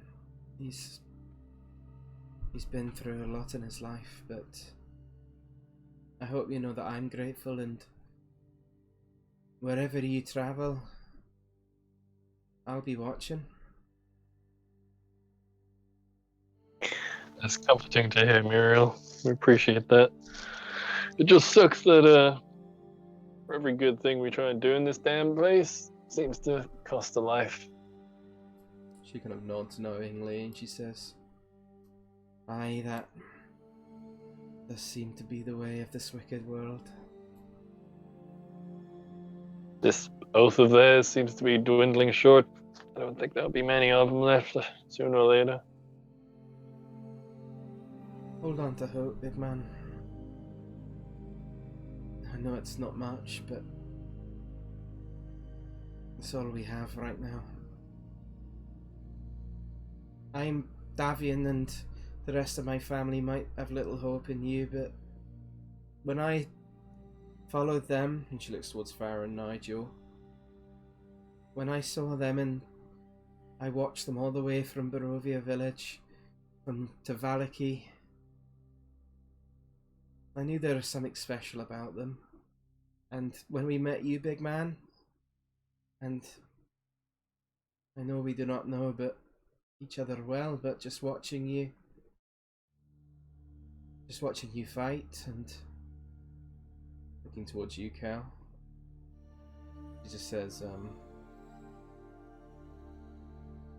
I think if anyone stands a chance in killing that fucking monster, then it's you lot. And like I said, I'll do what I can, but for now, I must go back and inform my family of the news. They'll be pleased to hear that, like I said, that bitch is finally dead. And if you ever come near that part of the world again, then as far as I'm concerned, you got a place at the table. More than happy to join you at that table someday, but we'll see. Who's where the road will take us next. Well, I best be off. Good luck, big man. You see her, she leans in and gives you a kiss on the cheek, Meadhan, and then transforms into a raven, and then just flies off into the distance.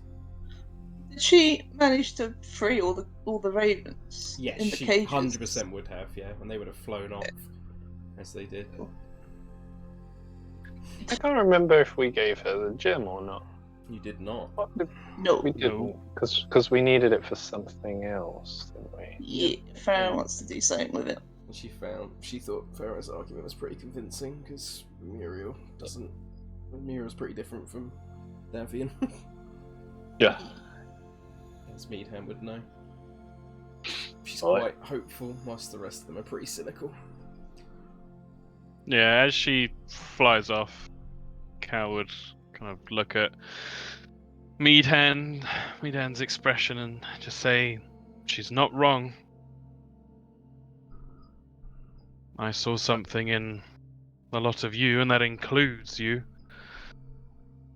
that I hadn't seen, well, ever during my time here.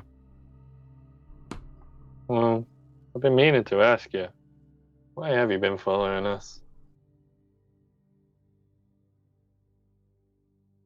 I followed you because that's the mode I've taken too. There have been others.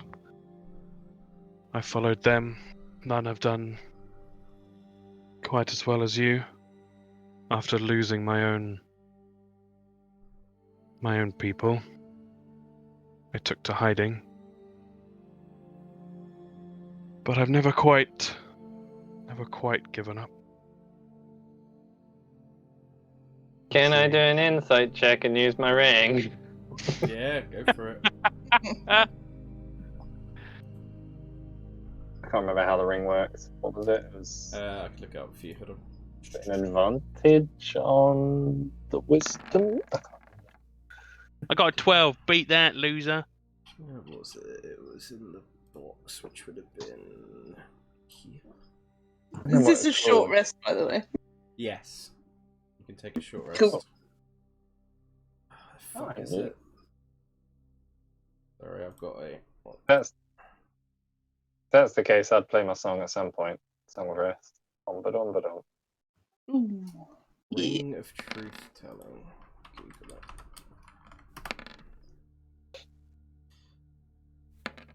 You have advantage on insight checks to determine whether someone's lying to you. Advantage on insight for lying. Okay, so I'll just do this with advantage. Oof. 19s.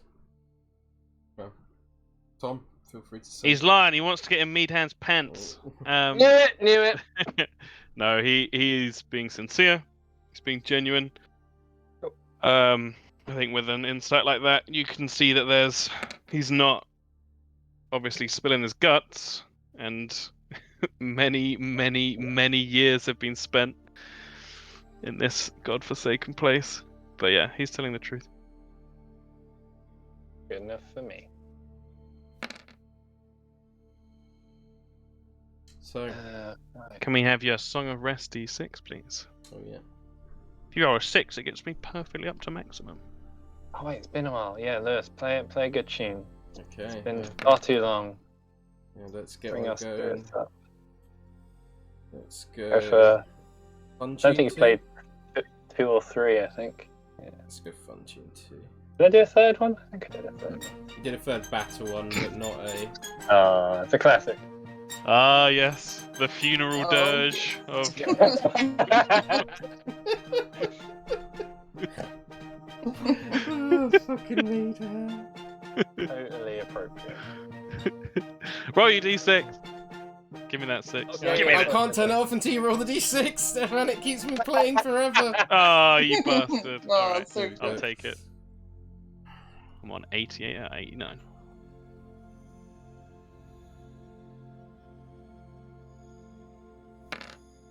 I'm at 74 out of 75. Ah! Damn it, Meadhan. Where's the 6? Do Nigel or Helen want to do their short rest dice? I think they're BRBs. Blow my load. That'll be a bit as well. I'll allow them to do it when if they return.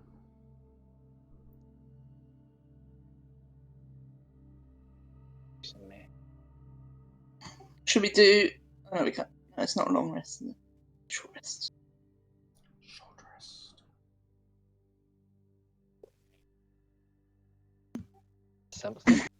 Okay, so Hey. as your short rest comes to a close and the funeral embers die down, you gather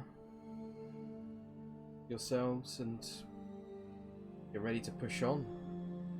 So, I'm going to make the assumption that you guys are going to start moving towards Arginvostolt, Yeah. following the directions you've been given. In that case, That's then. where the next item is, right? It is. That's where the next artifact was foretold, and from every information you've got from people like Casimir and stuff like that, then that does seem to indicate where it would be. So, you push on another 2 hours, taking you up to 2 PM. And you find yourselves as you pass beneath the cliff once more, upon where you now can see the shadowed silhouette of the mansion that you know to be Arginvostolt, hundreds of feet above. It hangs in the air like a dark beacon. And as you're walking along this road, as it did when you previously walked south from here, the fog grows incredibly thick once more. Oh, yeah. First it envelops your feet, making you incapable of seeing where you place each foot in front of you.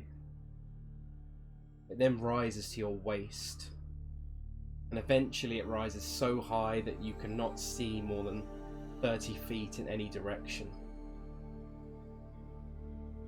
The fog itself once took the forms of soldiers on horseback, but now you find yourselves in the aftermath of this awful battle.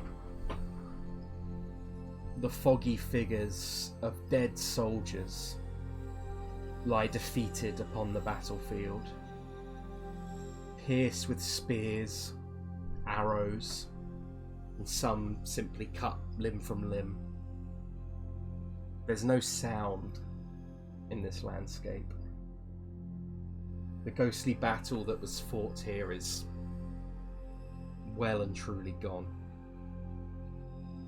However, the forms within the fog twist and turn, and well before you heard a giant roar, a thunderous one above you, to see a dragon made of silver fly over between the fog.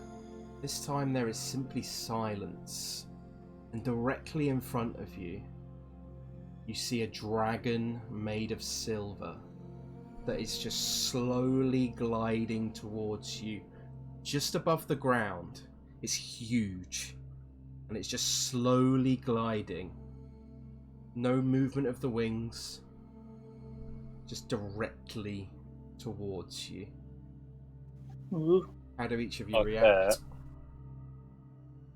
I think Farrah would like instinctively duck, right? It's like coming right at us. It's coming quite slowly as well. Does it look like it's made of mist? No. Do a perception check for me, or an investigation check if you want. Same. Investigation. 15. It does, yet it sparkles like silver.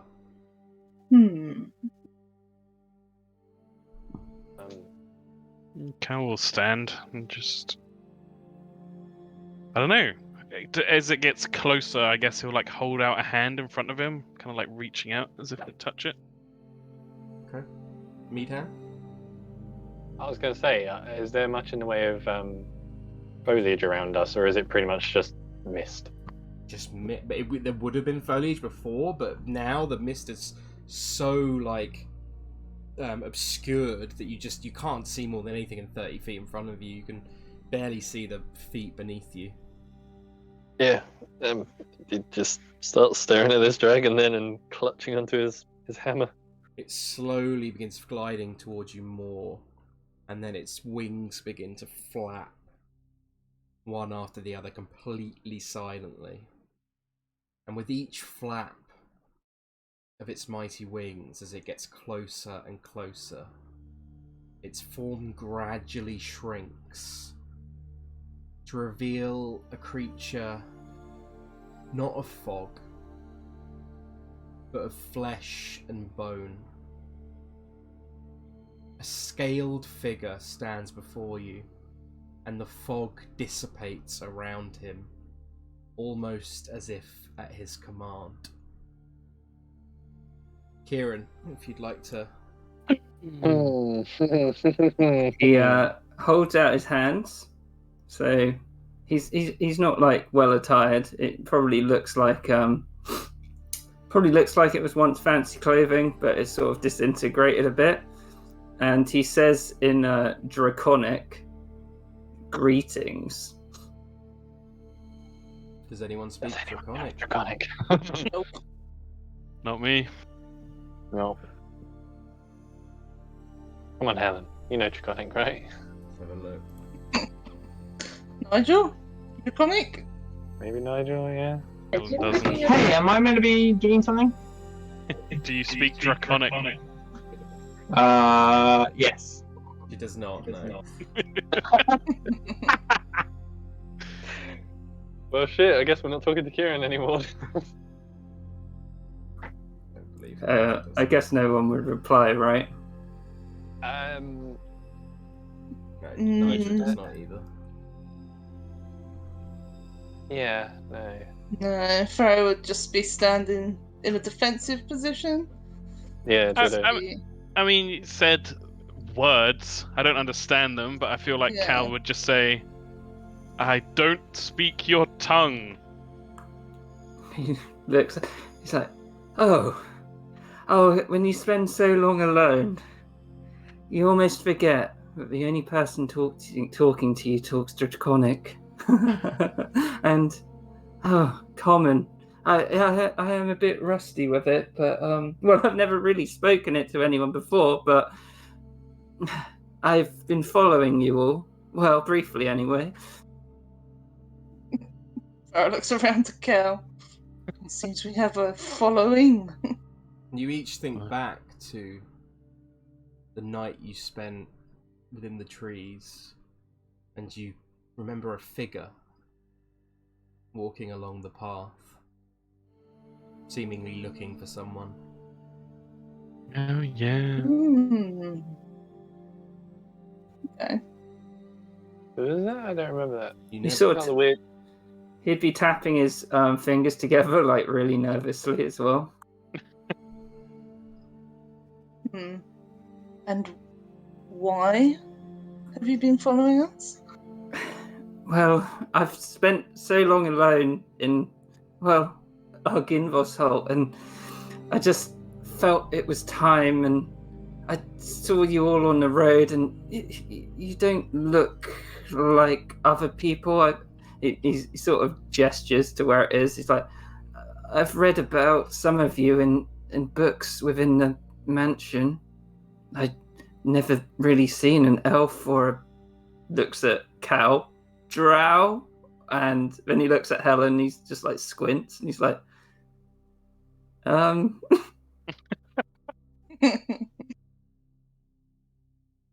You've come from there. Cal points up towards it. Yes, well, it's a long story, and I live in the crypt up there. My father died a long time ago, and, well, I've only really been, well, I don't know how long I've been in this place. Was that what you did just now? An illusion? Yes. I was raised to be a sorcerer through, well, my father's teachings. I see. And what, you were trying to scare us off? No, I thought it'd be impressive. I never, I didn't really know how to interact with, and he sort of gestures at you like anyone, really. I thought it would show off my power. I mean, it was more impressive than me just emerging from the trees.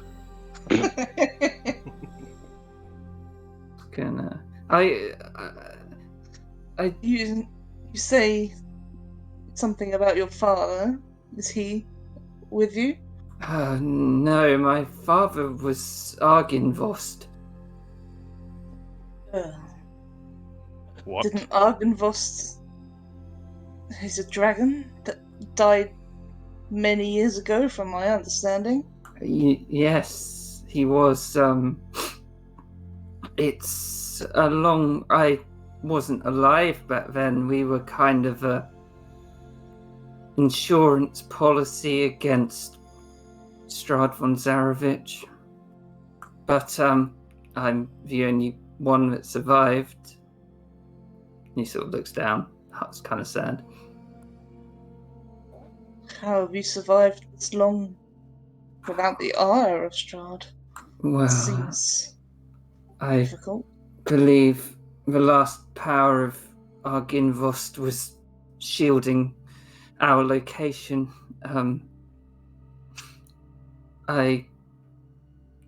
I've just kept to the crypt, and, well, occasionally went to the library.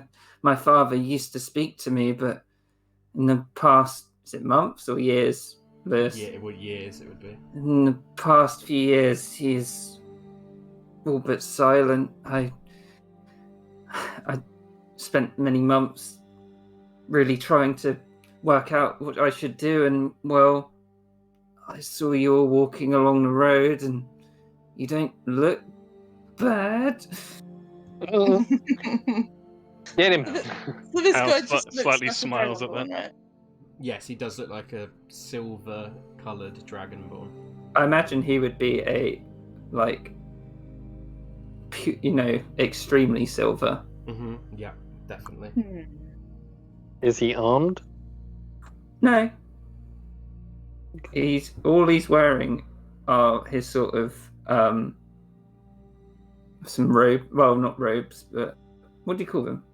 Like embroidered robes, but they look like they've just kind of been moth-bitten and Tattered. Yeah, tattered. So you've not left the crypt of Arginvost Holt? No. Well, I've been into the mansion a few times, but I've never been outside this area. Outside the area, I see. So you've fed yourself from the wildlife around here. This. I guess. And you haven't seen. I'm just anyone wondering. since? Just wondering how Strahd hasn't been like when he's like left the building. Well, he he's- said his Argynvost shielded the. Oh, when he left the building. I mean, I Yeah. guess Strahd can't be watching everywhere, otherwise Cal would be dead as well. Although he was. Yeah, true. Yeah. Right. You would have survived off of food that was left in the crypt, but you generally don't feel like much of a need for hunger. Okay. Mm. Well, I only eat to try it out, really. It's what they do in the book, so... You would know that, Kieran, that any of the food left there was like magically conjured and preserved, Okay. but due to more recent events, you know that that's gone. Yeah. I guess. Can you tell us your name? My name is Ilkas.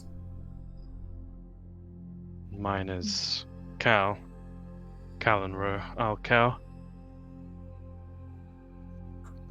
Mine is Farrah, Fellmirr, and I and Nigel here and Helen are part of the Iron Oath, and she gestures toward Meadhan to introduce himself.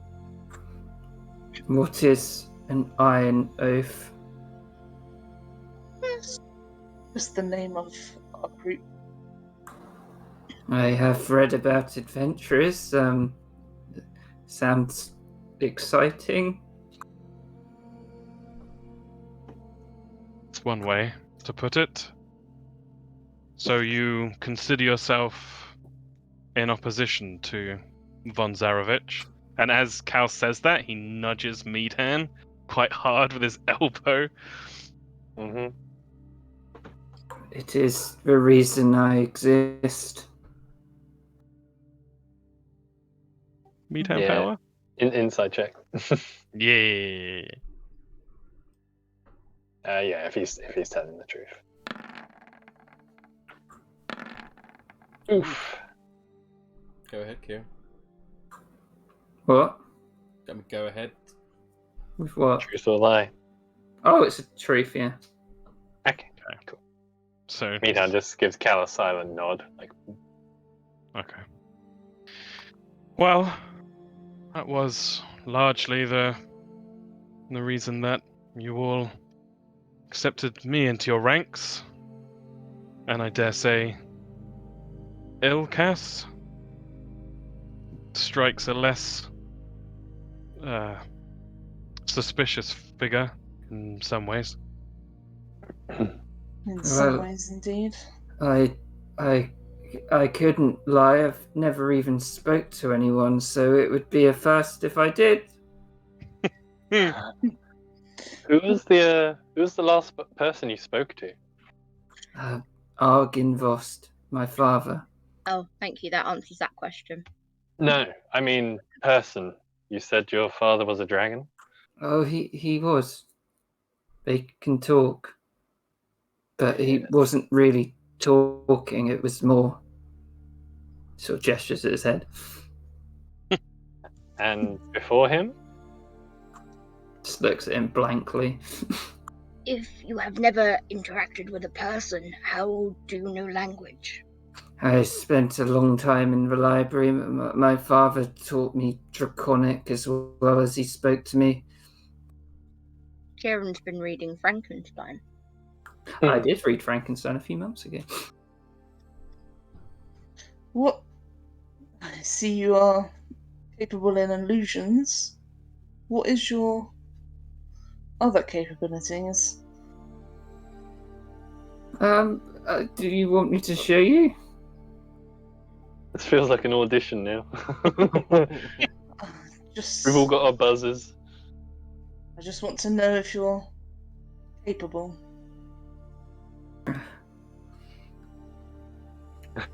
He's gonna. Ta-da! Fireball on himself. He's gonna cast He's gonna do that thing with your hands where you pretend you've chopped off your thumb What? and he kind of slides it along. What's nearby this?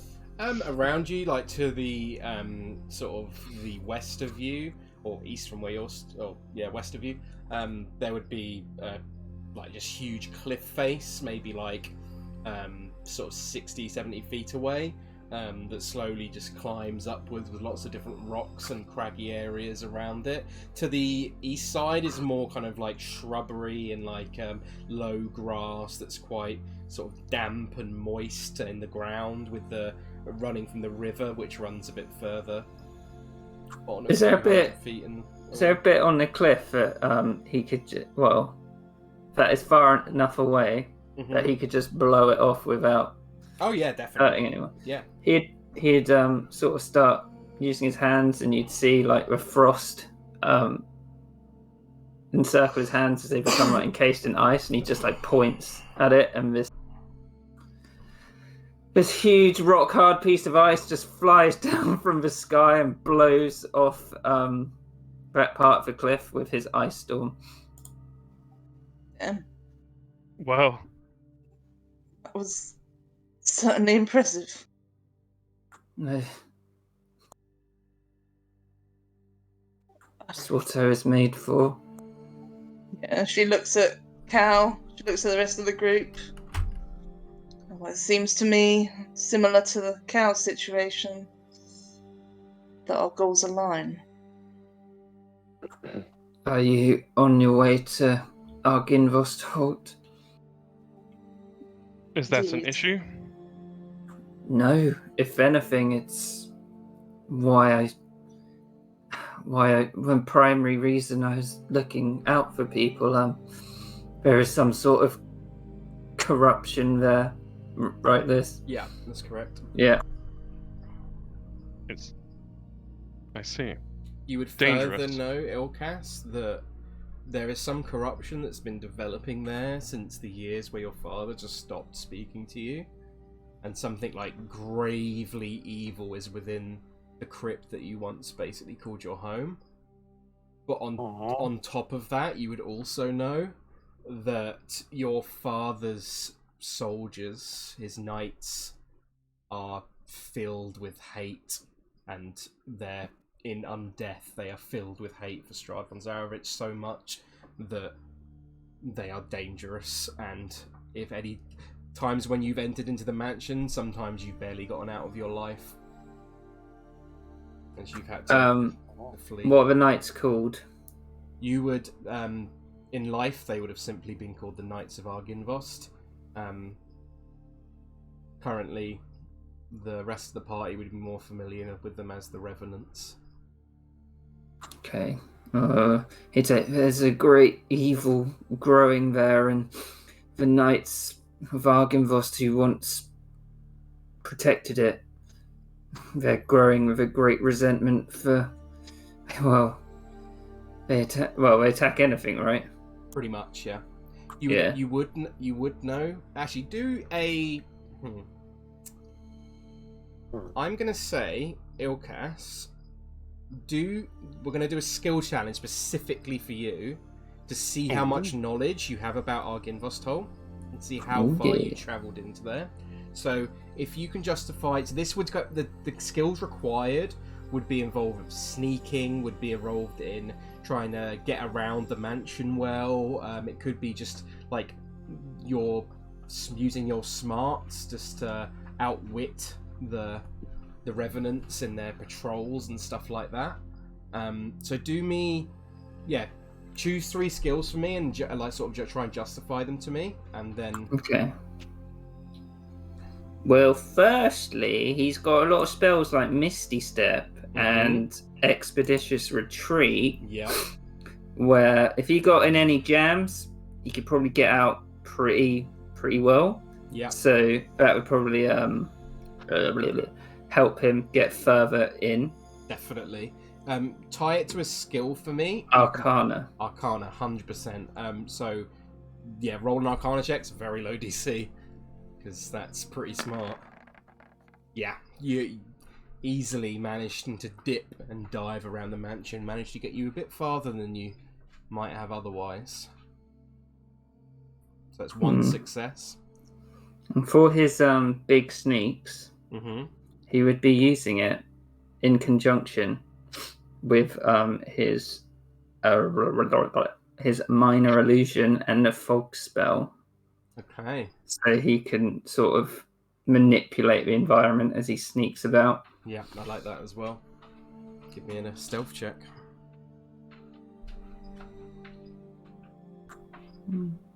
Not this. Oh, and with that counts as 2 successes. Nice. So, the additional information you learn is that within the mansion has more defenders than just the Revenants. It has a series of ghostly warriors, spectres. You don't know what they are, you don't know how dangerous they are, but you know there's a lot of them. Furthermore, you actually know, with the natural 20, I would say you know that's actually within a series of your father's men who aren't as corrupted as the rest. And they are led by a man named... Let me just get his fucking name up. I don't want to... There's 2 names that are kind of similar. And I don't want to confuse them. Jr. A man named Sir Godfrey Gwillem. Okay. Willem. He would I was just... literally just leaping in to say Yeah. He would just spill his guts all of that. He's trying to get him on his side. Yeah, and finally, the last thing you would learn from your natural 20 stealth mission, imagining like Metal Gear Solid style, tapping on the walls and the Revenants go one way and he goes the other. He'd definitely have a box as well. Yeah, you would learn that the Revenants are, whilst this small group of more friendly ones, who, whilst they would have, they wouldn't have attacked you directly, but they would have said to leave. The main leader of the Revenants was one of your father's greatest warriors, who is completely filled with hate. Is a man named Vladimir Horngard. And, yeah. Basically, what you would know is that your father told you that his knights have been corrupted, and he would want you to put them to rest if you can. And this corruption, however, since then has completely overtaken the crypt itself. That's everything you know about the mansion. Okay. Yeah, he'd just tell them, and I guess he'd whenever he'd be able to identify the different factions, right, within. Yes, you would. So when he would probably also tell them to he'll point them out when you should hesitate more. It's like, yeah. Makes sense to me. I think to not just go in and kill everything that moves. Yeah. I guess no. Yeah, but I would still think he would be very wary. Some would, you know, that some attacked you on sight, whilst these other ones showed you more mercy. But you would still be definitely apprehensive, because. So he knows they hate Strahd, right? Mm-hmm. You know, they're absolutely filled with hate for Strahd. Is Ilkas smart enough to know if they hate Strahd so much? Yeah. They want him stuck here instead of killing him. Uh-huh. If you can figure that out, then definitely Ilkas can, I think. Okay.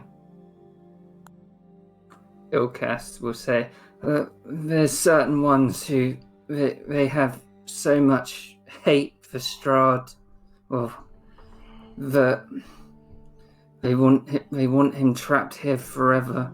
So if we're going to deal with any of them, maybe we shouldn't mention killing him. That makes sense after what we've seen. It does. That's Did you the say same thing the thingy we saw said, right? The Revenant. Yeah. Or someone. Yeah, we did on the road, I think. Something like that. Yeah, okay. Cal would say, did you say the name? Did you say Sir Godfrey Gwillem? Yes. Well, we saw a Gwillem. Alexander? Alec? That's correct. A fast ally of Strahd's in the vision. Oh, is that the guy killed in the tomb? Yep. Mm-hmm. Yes, fast ally until that moment. I see. Well, I can't speak for the oath, nor Meadhan, but I would. You seem upfront and clear to me, and certainly have already proven your worth. So he extends his hand out towards Ilkas and says, "People sometimes shake hands to establish a beginning of trust." Oh, okay. I was gonna tap your foot. That's okay. And he extends his hand to shake hands with him, Yeah, but he doesn't close his hand. Cal gently closes around his hand and moves up and down slowly. You see a bit Couple of times. as he squeezes, he's like, oh, and he's like, oh, and does it. Yes, like that. Good. And he sort of holds his hand out directly straight to Farrah. Yeah, she gives him a little eyebrow first, but goes to shake his hand. I think she briefly looks around for Nigel and Helen's opinion, but will shake his hand. Yeah, he'd also do it completely straight to every single person in the group until someone rejects him, and he'd stop.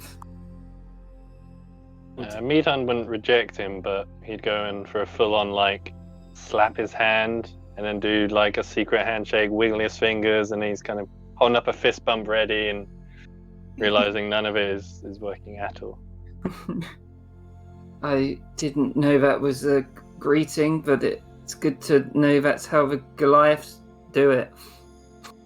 Hey man, as long as you're glad to see me, do whatever you want. Would he, just for the sake of my imagination, Kieran, when he would go around shaking everyone's hand and he'd get to the end of everyone, would he go back to Cal to start again? No, he's not that dumb. He's not that dumb. But he would ask, because Cal's the one who showed him it. Yep. He'd be like, "How long are you meant to shake for?"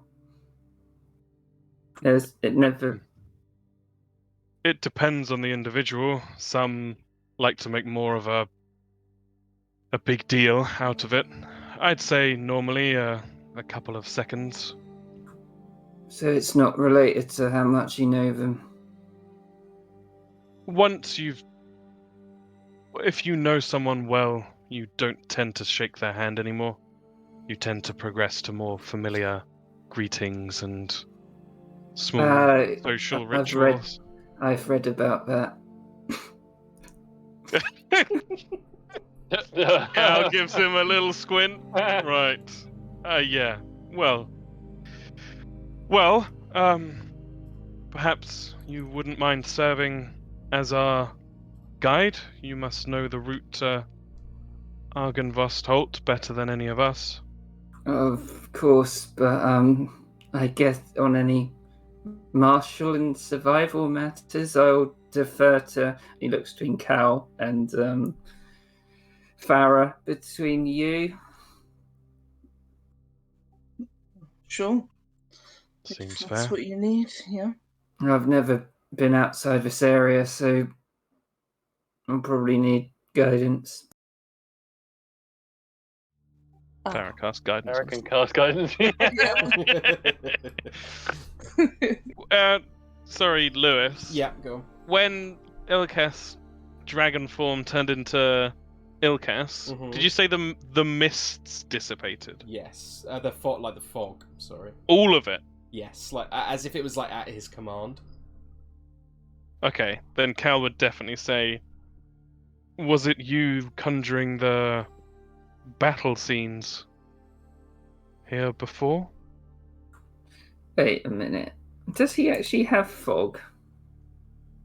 If he doesn't, then you can cast it at will, Kieran. Okay.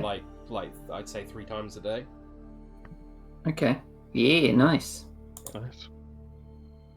He's like, yes, I sometimes used to do it to imagine people being around. I see. Well, yet more impressive capabilities, but we are burning sunlight. Kind of winces as he says it. Ilkas looks up. Yes. What does the sun look like, incidentally? I heard it was a giant ball of fire, but...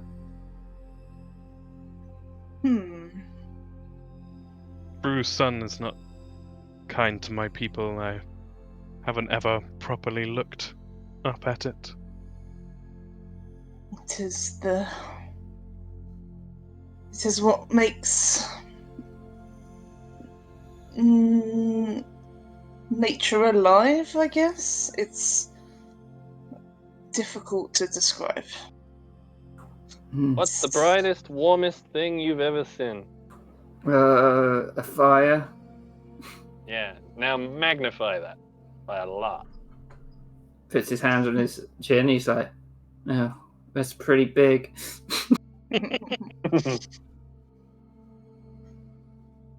He'd, But the land it illuminates is much different from a fire.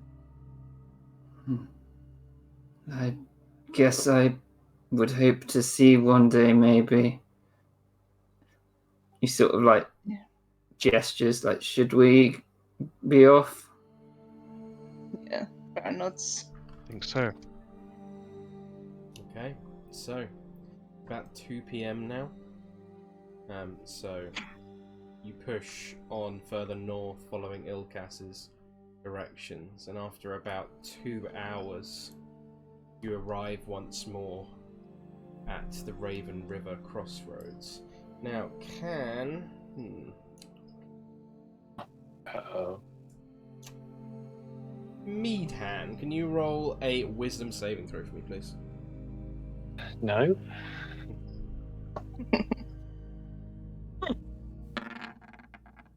Okay. Just for Lewis's reference, once you reach the Raven River crossroads, would there be anything in particular that the party would be talking about? I think Cal would be grilling Ilkas on information on Arngenvostholt and the people there and the layout and such. Cal's definitely got a bit of a soldier mindset. In between each really clever, interesting question, Meadhan will just come up with something ridiculous. I think also Ilkas, whenever he isn't being asked a question, would ask something very esoteric about the world.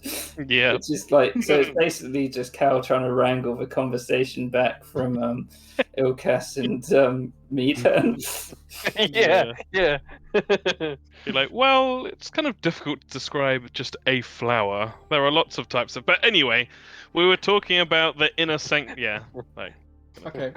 That being Farrah would be listening in, but should be not asking questions. Ilkas would be asking Meadhan about anything musical, because he's only read music, he's never actually listened to it. Oh. Where are you keeping the book you found? It is inside Cal's armor. Okay, good to know. In his belly bit. Up his bum. Well hidden.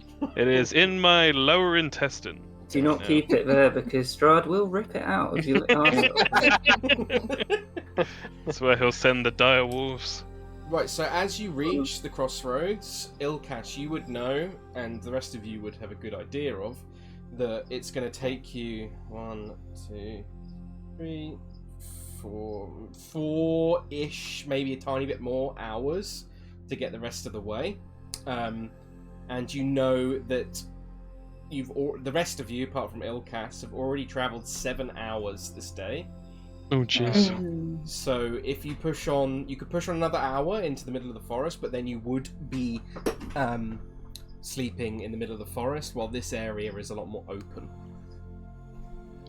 So we it do makes know sense that to there sleep might be a troll under the bridge, though, It's right? pretty far from you from here, though. It's like 20 minutes away. Okay. Because each hex is about 20 minutes. Okay. So it's still pretty far.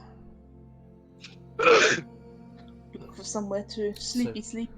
Yeah, we've had a big day. So if anyone who wants to look for somewhere nearby that might be suitable can roll a survival check for me. What's your survival count? I think it's a 4. Yep, it's a 4.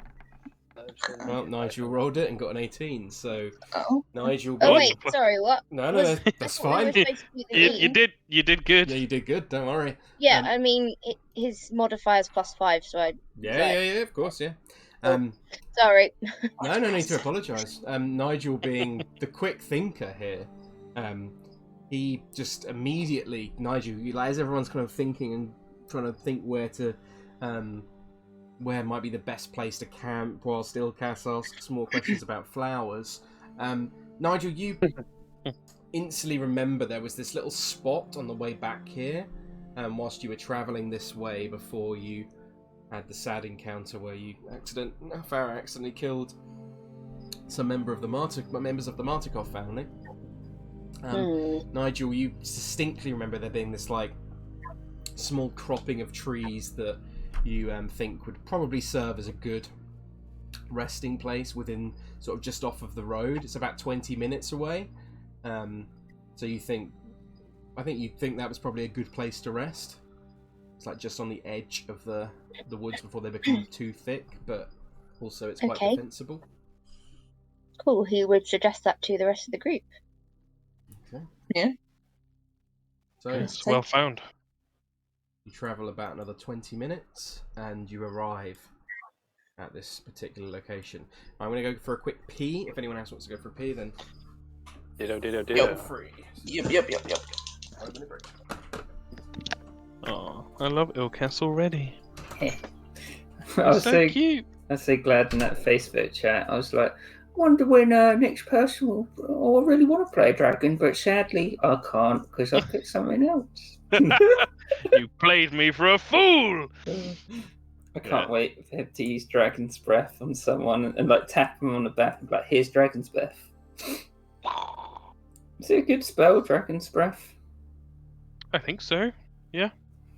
Yeah. Meadhan with the Dragon's Breath. He'd love that. Did you use the UA Dragonborn? Yeah, he's got yeah, nice. Gift of Metallic Dragon. Yeah, it's way so better you can than do some heals. Oh, nice. That is good. Speed Magical Energy, 3d6. Second level spell for a minute. Yeah, that's super good. Yep. He's got a lot of really nice flexible, being able to be like, who wants to be AoE damage for a while? Yeah. He's got his elemental affinity's cold. Mm-hmm. And then he's got Ice Knife, Dragon's Breath, Sleet Storm, Ice Storm. That's awesome. So you can like pump out the deeps. Yeah, the cold. Which I assume you went Draconic Sorcerer. Yeah. Yeah, that's good. That means your AC is pretty decent, right? Mm. Compared to a normal sorcerer, don't they get like? Oh yeah, it's +3. But yeah. He's not actually. Yeah, he's got 14. Yeah, I'm back, by the way. He's got a lot of health as well, which I find weird. You get extra health as Draconic Sorcerers. Thank fuck. It's the tankiest sorcerer class. It's really good. Get wings at level 14. Not that we'd get that, but yeah. Well, never know. It's definitely different playing him to Osdred. Yeah. I really like him already. Polar opposite. Yeah, I love him. He's definitely not going to be taking charge. He's going to be like... Do we go that way? Feels like he's going to be like a reptilian man baby. Oh yeah, a little bit. Yeah. Cal's just there, like, wait. So, because when Cal came to Barovia, wasn't that shortly after the fall of Argynvost? Yes. Is that what we said? Mm-hmm. Damn. Because yeah, you said that Cal would know about the knights because Yeah, it would have been like definitely would, yeah. diminishing afterwards. Yeah. Mm-hmm. But he's also been a bushman for 300 years or whatever it is. So Yeah, Ilkas is pretty young as well, so you might be able to guess. I guess, and probably tell you if he asks. But I'll wait. yeah, I think Cal would be very tactical questions. What room would be useful to fall back into if we are ambushed? That kind of thing. The library. I'll show you all my favourite books. You would know, Ilkas, that the library you had access to was like within the crypt though, and it was like right. Also magically protected in the same way that the food was, and that you would know that as the like corruption seeped in, the first thing you notice is like all your books started to fucking decay and rot. No. So like all this access to this, all this information, the stuff, the learning you had, just like started to gradually become destroyed. Yeah. Nope. That's definitely a reason to go outside. Yep. That's like Anja's nightmare. Wait, what's my nightmare? The library that he was half living in, at some point all the books just started to rot and go away. I feel like that's probably happening in my room. I've gone through 3 bookcases since I've been here, and I have to get another one. Nice. Yeah. Nice. Well, I haven't read 3 bookcases worth of stuff, but I have gone from half a bookcase to 3 and a bit bookcases in the time I've been here. Oh, excellent! I love it.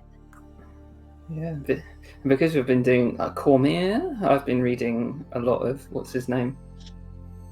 Oh god, Alexander Dumas. Yeah. I'm thinking of reading Victor Hugo, but I don't think I'm going to subject Oh my myself god, to no. that. Yeah, No. exactly. Because he gets paid per line, so he just puts in pointless dialogue, and it'll be like, "I am going to Paris. Are you going to Paris? Yes, I am going to Paris." That feels a lot like the Musketeers. It's- Like Count of Monte Cristo was on point though. Go on then, Lewis. Give us the little item list. Oh, yeah, good shout. It's identifying time. I'm gonna start identifying all the stuff. Right, so let's start off with the stuff you got in Tome of Strahd. So you got a Chime of Opening. Nice. Don't know what that does. Opens doors and You can does. Google it because it's a pain in the ass to go back between these different files. it has a set number of charges, and you use them to open up chests and doors and shit without having to roll stuff for it. Yeah. You got a +1 longsword that you know about already. You got the Ring of Truth Telling. Now, next up, Meadhan's bling. I think that was all the stuff you got in the tome.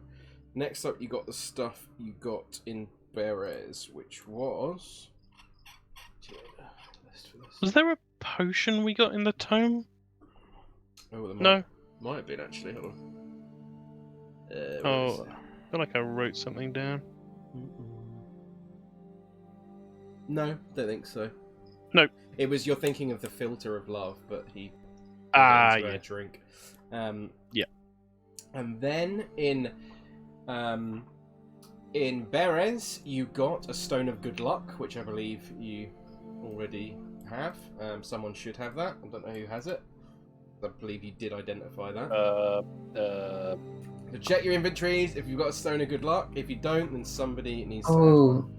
So yeah, someone got that. I remember that was part of us awake last week. Meadhan. I remember thinking Elodius had one.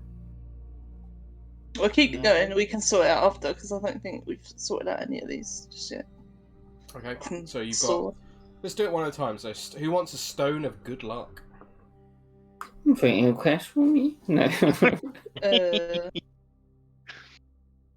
Does it need attunement?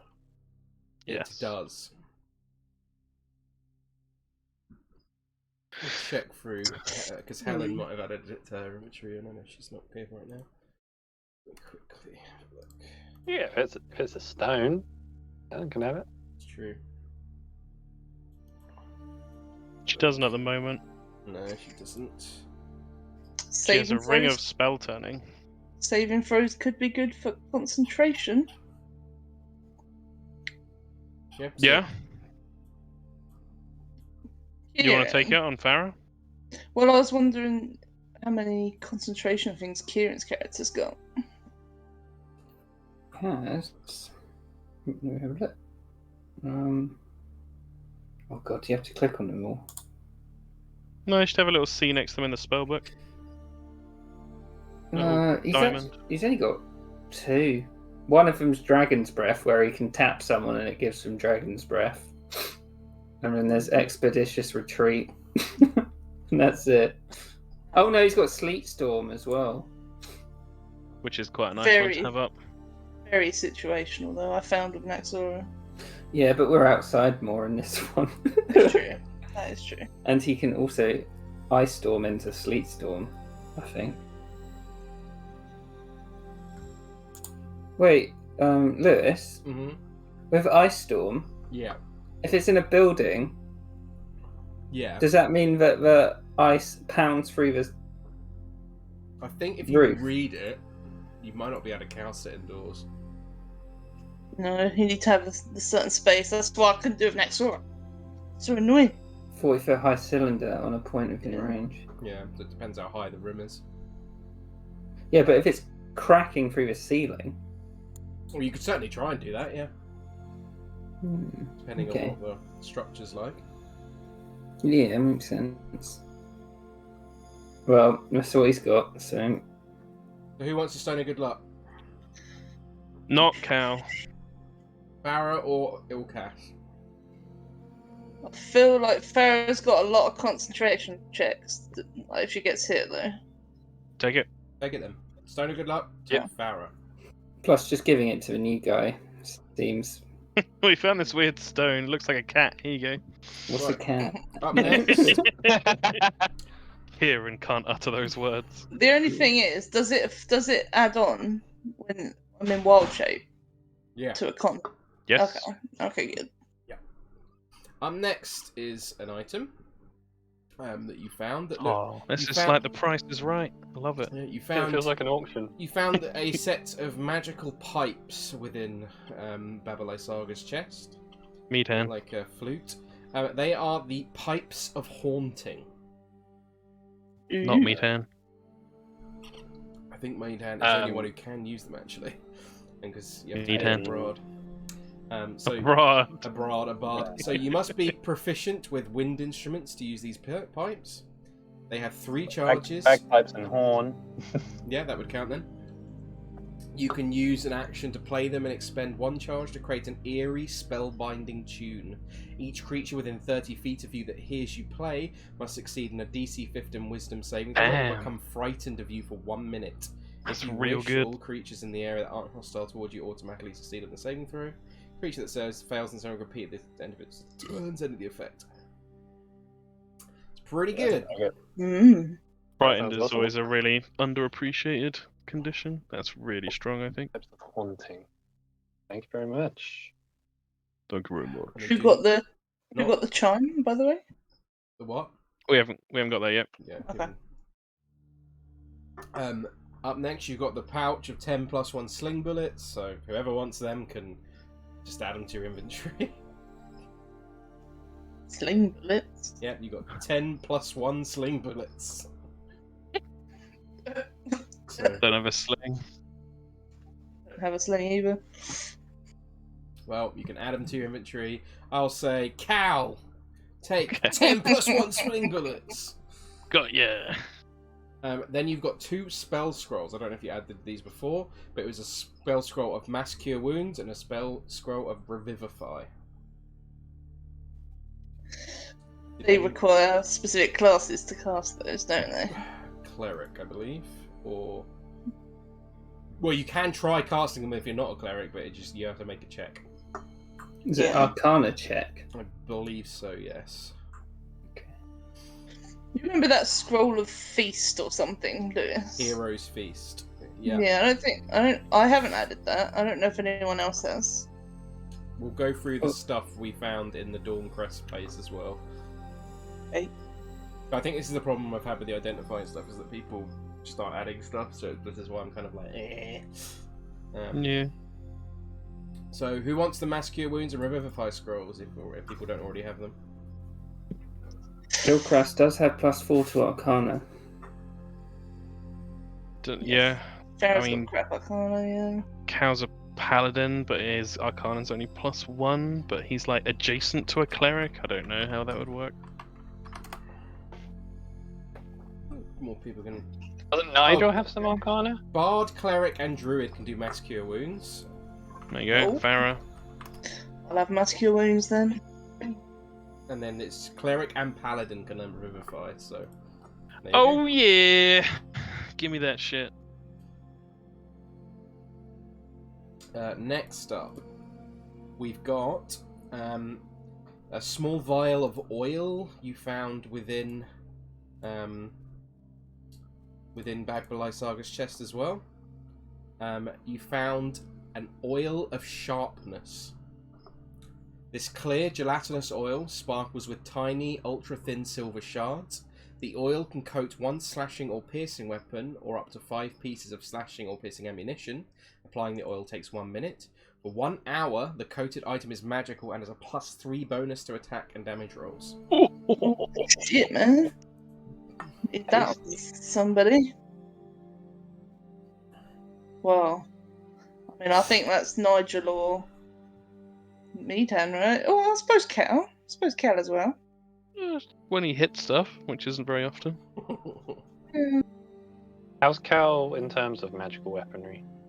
I have a short sword of wounding, so no +1s or anything, but it is magical. And it wounds shit. What about Helen? Oh, pour it on her crystal hands. Bludgeoning Ugh. damage, yeah. No, whether or not Helen ever had or uses a weapon. She uses a short sword, but... Yeah. I'd She say might just punch the Meadhan, shit I out. think. I think Meadhan's going to remember to use it as well. I've only got one piercing weapon and it's already magical, so... It makes it even more magical, right? Well, it gives it a +3 bonus to attack and damage rolls. yeah, so can do, sure, yeah. Make it better, huh? Yeah, Dunno. I like Called? it. Oil of what? Oil Sharpness. of Sharpness. Ah, yeah, cool. Okay, that is all the stuff you got in Barovia Saga's place. So let What me was- go... What was that again? Before that one? It was the spell scrolls before that, the 10 Okay. +1 sling bullets, the pipes of haunting, and a stone of good luck. Right, we'll go back all the way to the fucking Dawn-Crest house. So you already got rid of the Book of Secret Fates. That definitely won't have any effects on the world outside here. Let me quickly have a look. We come back and it's just an apocalyptic wasteland. It's like, Osdred. Ilcast is like, your friend sounds like a massive twat. Nope, didn't go in there. Everything I read about dwarves is true. You found a potion of healing, a potion of clairvoyance, and a potion of longevity. I don't know if anyone's added those to their inventory. I think Helen took the potion of healing. Yeah, I think she did. Yep. Longevity, I those. don't think anybody wanted that one. What's the other one? I mean, it's pretty good. Clairvoyance. Clairvoyance is also pretty Oh, I think Osdred had that one. good. Okay, well that's lost. What I think. does it do? Allows you to essentially like have like a ward that you can see through walls with. Oh, shit. Maybe he did. I No, don't he think He didn't. though. He had a potion of ceremony, or was a scroll of ceremony, I think it was, and a potion of stone skin. Those were the ones that were lost. So, if anyone wants to add a potion of clairvoyance and a potion of longevity to their inventory, feel free. Okay, well, you can see through walls, right? So that's kind of scouty. Who's the scoutiest scout ever? You? You? Yeah. Yeah, probably me, yeah. So you take just add it won't be under potion, so just add a custom item, potion of clairvoyance, and then whoever wants the potion of longevity. Oh man, it's pretty cool, the potion of longevity. But the age one. Yeah. It's cool. Not Cal or Farrah. So elves. pointless for an elf. Go on, Meadhan, you can have it. Give it to Helen, see if it reverses the crystal process. I'll take it, but I'm kind of thinking like it won't be used on necessarily any of us. That's fine. Just you can hold on Yeah. to it for now. Let's just say. You could poison someone with it, the Meadhan. Like if they're 20, you could make them a child again. Yeah. Beat him up. Right. So you lost the scroll of ceremony. You lost the scroll of stone shape. You got 3 other scrolls. There's a spell scroll of compulsion, which I believe Meadhan used already. You got a spell scroll of bestow curse and a spell scroll of long stride. I don't know if anyone had those. Meadhan definitely used the bestow curse one when Yes, we was in he the did. fight. You're right. So it's just long strider left. Does anyone have the long strider one? I think I have the long strider one. Nice. Then you lost the brooch of shielding with Osdred. Woo! Did anyone have a ring of feather falling? I do. Yeah, Can. Wearing it that- currently. and then finally, the last item that you should have is a dancing sword. Ooh. How has no one used that yet? I don't know. It Anyone wasn't have- pitch, was it? Well, I mean, we had access to Pitcher's inventory, Yeah. so I don't think so. Has anyone added it? I haven't added it. Well, who wants it, take it. What's it? Dancing swords. I'm checking people's Dancing inventories. sword for requires attunement. You can use a bonus action to toss this magic sword into the air and speak the command word. When you do so, the sword begins to hover, flies up to 30 feet, and attacks one creature of your choice within 5 feet of it. The sword uses your attack roll and ability score modifier for the damage rolls. When the sword hovers, you can use a bonus action to cause it to fly up to 30 feet to another spot within 30 feet of you. It's part of the same bonus action you can cause the sword to... It's essentially fucking spiritual weapon. They're so good. I remember discussing it, but I can't remember who had it. I don't think anybody picked it in the end, did they? Nope. I can't see it in anyone's. So, who wants it? Oh man, if I was anything other than a druid, I'd probably have it. I will gladly take it, but equally we've got No, two it other was marshals. We discussed something about you have it, and then like when you turned into an animal, like you'd throw the sword and then turn into an animal, and then something along those lines. Yeah. Could do that, yeah. Something like that, I'm sure. Would it work as an animal then? Yeah, you speak the command word and then turn into an animal. It's still. I mean, can you? Then do you have to I'd speak it even use it again? after that. That's a good question. Do you have to speak the command word again? Bonus action. Just I as also a feel bonus- like Farrah sometimes has stuff she wants to do with her bonus actions, like healing word and Yeah. True. telling her conjure animals what to do. Hmm. I'd say give it to Cal. Yeah. I'd say Cal on Nigel. You could. Oh, no. Nigel's already got the Warhammer now, so I think Cal. Yeah. Does Esmeralda have a magical weapon? She does a +1 weapon, yeah. You could save it for her. Good, yeah. That'd be pretty cool. Fuck that! I want the dancing sword. Yeah, if Cal wants it. I don't Sweet. mind. Nice. Oh, they're purple. God. Which one is it, Lewis? Is it a long sword, rapier, scimitar, short sword? Long sword. I Oh. think. Oh wait, does that change things? Hold on. Oh no, it's a scimitar. It's a scimitar. Oh, there's even the cow uses a scimitar. Ah, so good. Cool. Thank you. That's alright. That is, I think, all the magic items. The chime. Oh, and the chime of opening, if anyone wants that. Oh, the dancing one requires attunement too, so that works for Cal. I don't know if that would have messed anyone else up. I had one slot left, so that fits in. I've got one slot left, I think. What does the chime do again?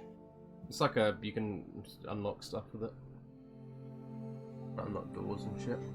I think Farrah could use that one, right? She's a thieves' tawdry person. Yeah, go for it. Yeah. Oh, fuck. It's actually nutty on Cal because it gets all his Oathbreaker bonuses. Yep. So it does 1d6 plus 7 every time it hits. Woof! Okay. Have fun. I will. Alright, so that is all the magic items. So Hang on, one more thing. What was the scroll? Was it stone skin or was it You stone lost that. something? No, I know it's lost, but I've got one added, but I can't remember if it's the. it's long strider you should have. I've got long strider, but I've also got stone skin. Is that the one we lost?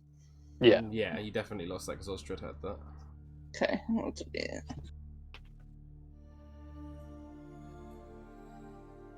Okay, so it gets to about 5 o'clock in the evening, and it's getting dark as you find a camp following Nigel's lead and set up in the woods. You create a small fire as it's fairly cold in this part of the world, and you get ready to spend another night on the road with a new friend.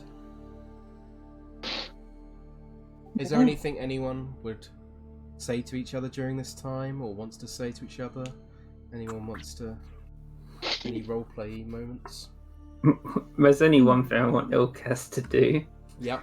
It's when they're, like, when he gets out his bedroll, he looks like he's like, oh, camping.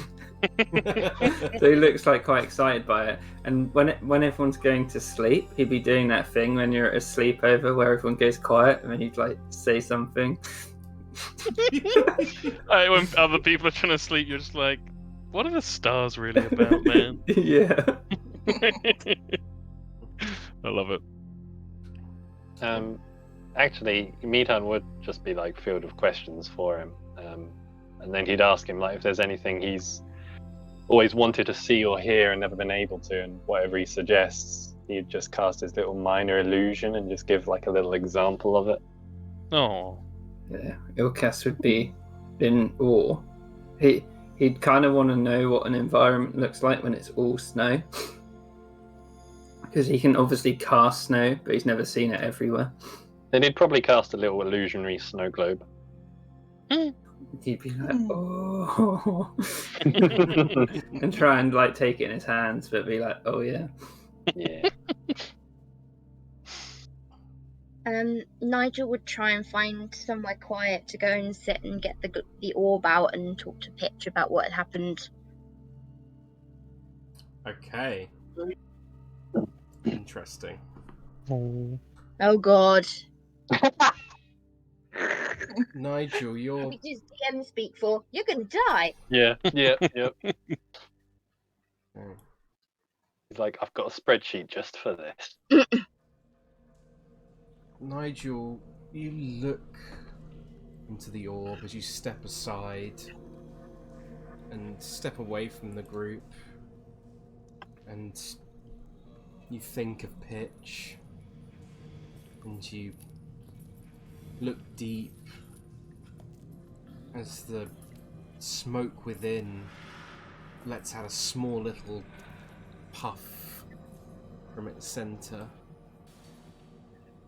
And suddenly your body becomes heavy and listless. The weight of the days gone by sits squarely upon your shoulders. With the deaths of both Pitch and now Osdred, you notice that your remaining companions are starting to look towards you for hope. A beacon in an otherwise grim land. The concerns of the day are not long, however, as your eyes become heavy as you look into the orb, so heavy to the point where you can't focus and you're blinking and you kind of just drift into this slumber, and the dark pools within your eyes grow and envelop your senses, and you pass into an unconscious state. Yet, the morning seemingly comes quick. A rest so powerful that it feels like no rest at all. You blink heavily, and with each flap of your eyelids, your slumber becomes increasingly lucid, as the environment in which you lie is almost gradually filled in like paint upon a canvas. You no longer sit upon the ground staring into the orb, but your back now lies downwards upon cold stone concrete. Uh-oh. Move you over. You'll be fine.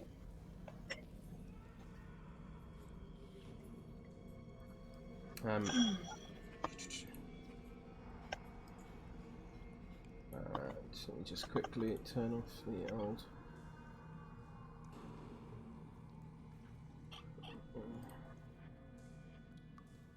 So we can see what's going on. 1 second. Have people actually seen it or cast as a token yet? No, I can't. I've sort of tried to see it. Oh. Oh. Oh. Uh-oh. Uh-oh. That's Okay. bad. Oh my god. The sight of a valley filled with endless trees is now limited to the confines of a small room, which within sits instruments of pain and suffering. There is only one place in which you would least like to wake up in more than Barovia. And this is it. This is the place of your suffering, Nigel. Oh my god. A suffering so great that the scars not only sit upon your body. You remember little about this experience. Your mind could not possibly let you after the deeds which were inflicted upon you.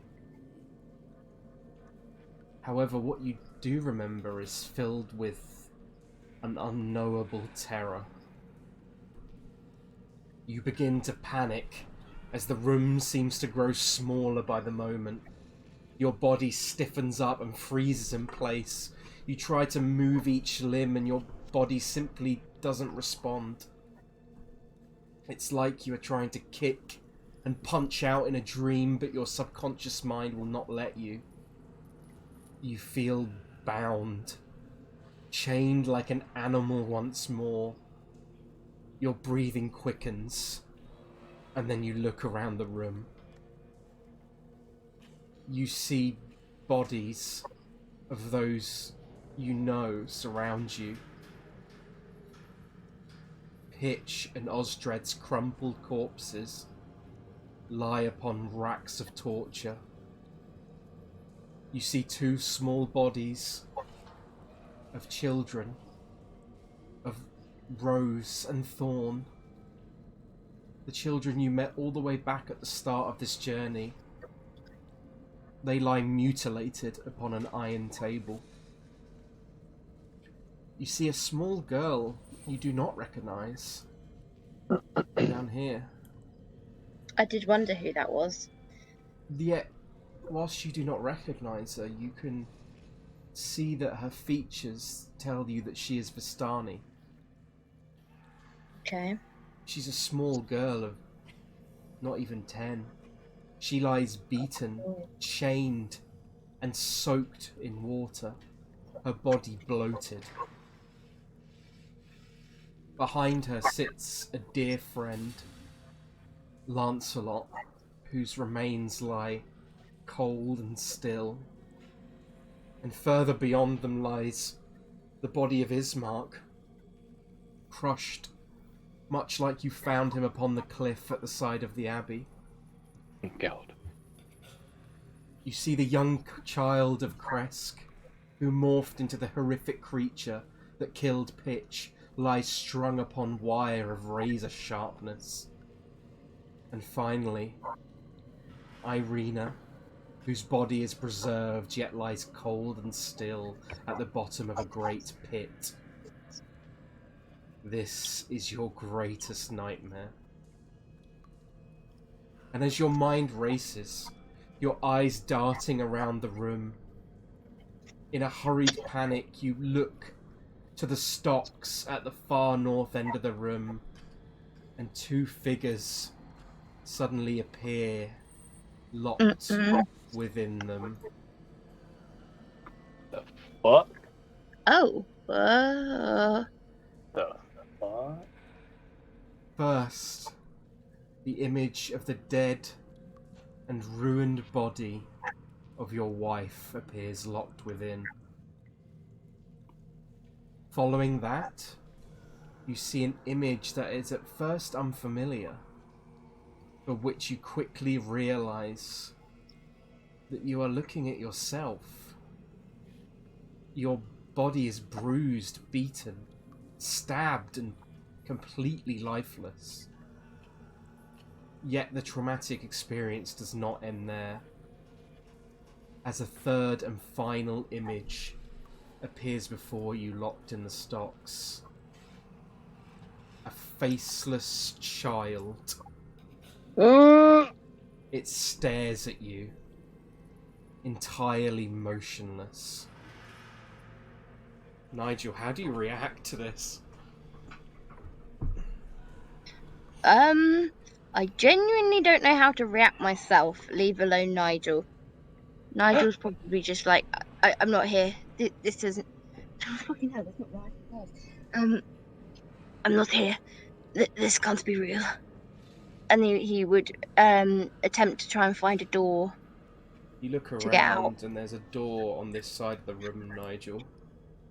That you, I assume... Sorry, do that again. Just on this side. I assume that he immediately begins rushing towards...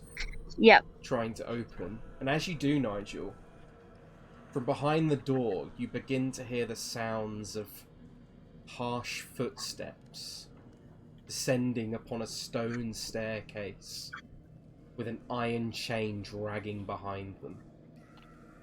You feel every ounce of your being repulse at this sound as you hear a voice call out, "Wake up, you beast! I have another morning of entertainment planned for you!" Suddenly, before you, Nigel, the faceless child calls out to you, yet it has no mouth. Oh god, this is so horrible. It says, "Father, help! Don't let him get me!" Nigel, what do you do? He would run over and try and save the child. Okay. Try and get it out if he could. Please, can you roll initiative for me?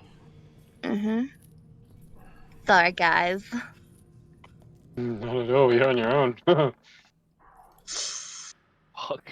Oh, fucking hell. Should have gone with my instinct, which was hide behind the boxes.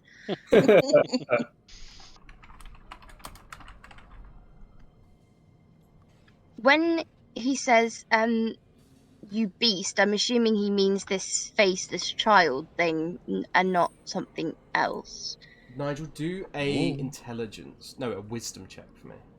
Wisdom check. Oh no, there's sorry, wrong one. 4, 8, great, wonderful. Nigel, you're unsure, but the voice sounds familiar to you. It horrifies you. Oh, I think I might know who that is then. Okay. Nigel, if you're going to try and break the child free, then please make a strength check for me. Strength. Not check. athletics, just strength. No, just strength. 19. 19. Okay. Nigel, you begin to pull it free, and it's coming loose. However,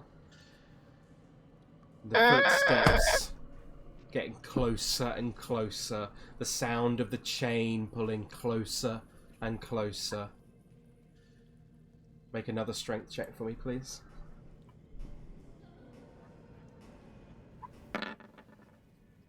Again, 19. You're pulling it open. You can feel yourself. Every ounce of your being is terrified, but you're pushing this thing off of this faceless child.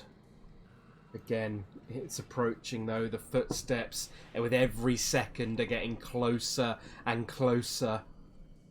Another strength check for me, please, Nigel.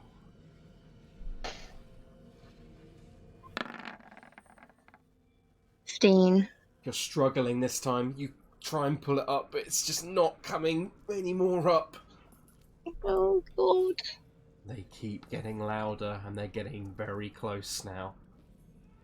Nigel, another strength check for me.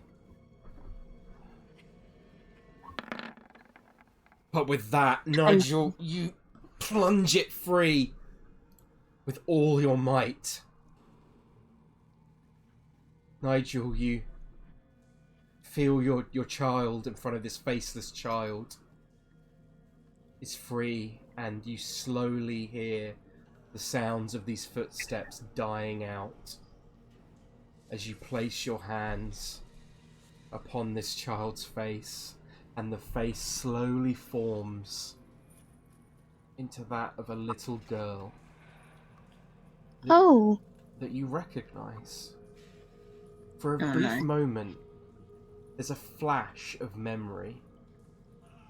And Nigel, you recognize this is your daughter. A daughter you knew. A daughter you knew with your wife, that you both love dearly. And you know something is wrong. There's something you've forgotten. And you don't know what. You place your hands upon the child's face, and you feel a magical energy burst out through you into the child. And then the dream ends as you're suddenly shocked back into reality. What? I want to know what was coming. Oh my god. I want to know what was coming. Oh, the days have come. Nigel, you now have the ability 3 times a day to cast Cure Wounds. Ooh! Oh. Sick! Nigel can heal.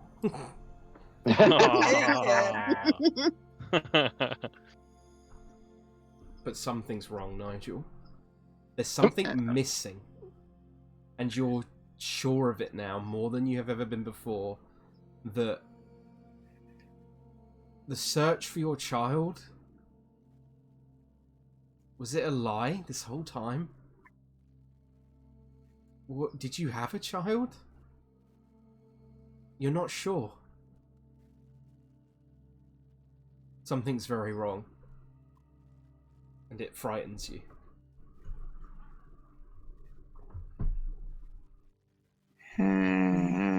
Okay. I'm not sure I like where this is going. But, for now, the dream comes to an end. And you look around and you see your friends preparing the fire, eating their food. Which reminds me, everyone take off a ration. Oh yeah, And, I'll do it on that thing. Thank you, Tom. Does Ilkas? Does Ilkas take off a ration? Yeah. No, he does not. Okay. You do not. So how many am I taking away? 6. Yes, just enough for. He hasn't learnt what food is yet. Yeah, there's something Done. magical about Ilkas, I'll say that much. Just suckled on his daddy's teeth. Oh, Jesus. Not that tea. Yeah, not that. Jesus Christ. But with that, the dream is over and you can resume with your friends as you camp for the evening. Well, he'd be very, very shaken for the rest of the day. And probably the next as well, actually. Okay. And so, do people want to take watches? Yep. Yeah, Farrah does. Okay. Yeah, Nigel would just for the thinking time. Mm-hmm. So, whoever wants to do the first watch, please roll me a perception check. Ilkas would stay up and help whoever gets stuck with him. Okay, so Ilkas is helping on the first one, so who wants to roll on the first one for me? Yeah, I'll do it. Okay, Cal's up first. With help of Ilkas, so you get advantage. Oh, thanks. Hup. Boo. You watch out carefully, Cal, and the night feels unusually quiet. Even for Barovia, you've got a particular sense about things. You feel safe, yet it's like the calm before the storm. It feels like something is coming in the air. You're not sure what. It makes you feel a pit of anxiety in your stomach that you haven't felt really in quite some time. Not really since all the way back when you originally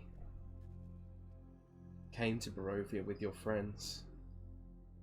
And it makes you feel sick.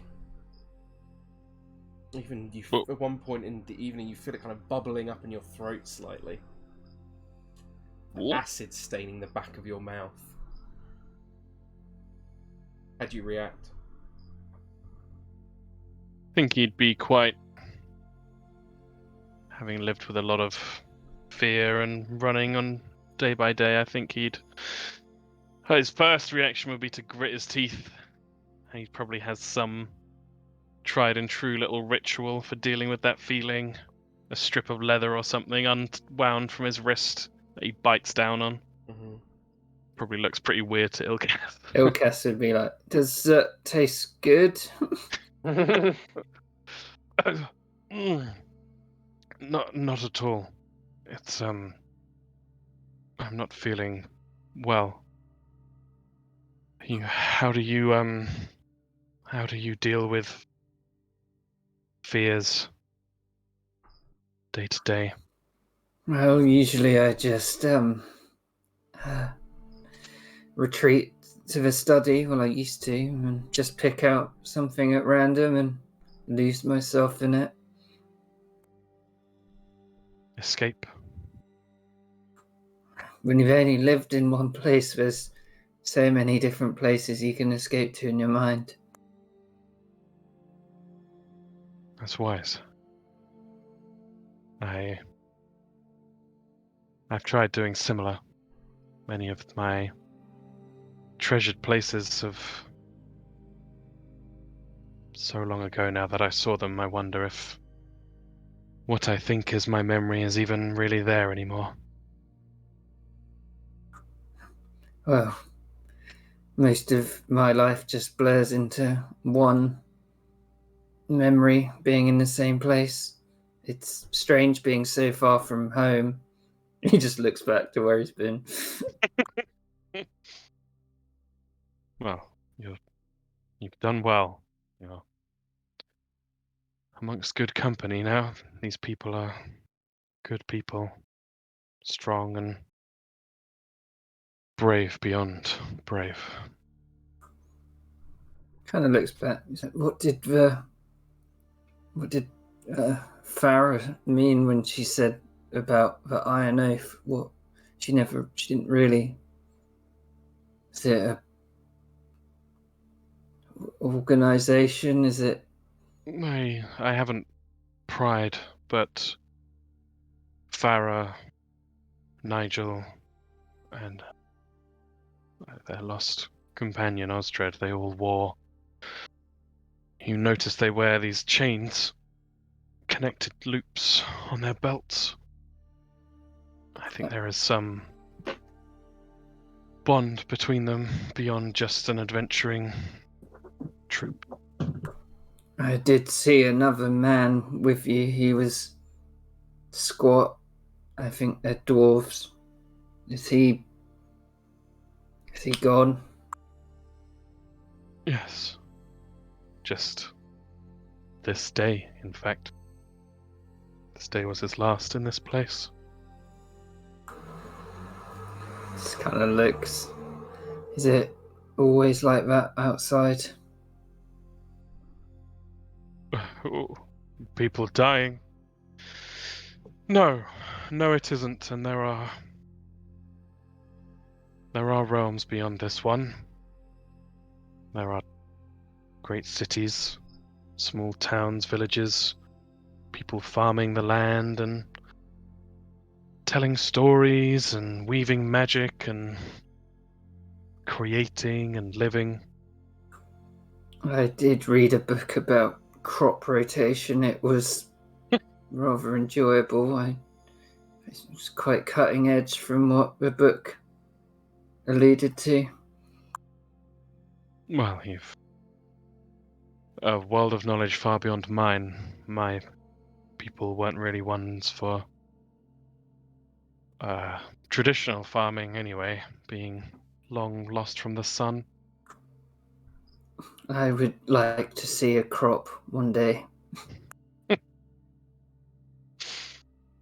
Well, one step at a time. The hope is that we slay the devil, get to leave the devil's domain.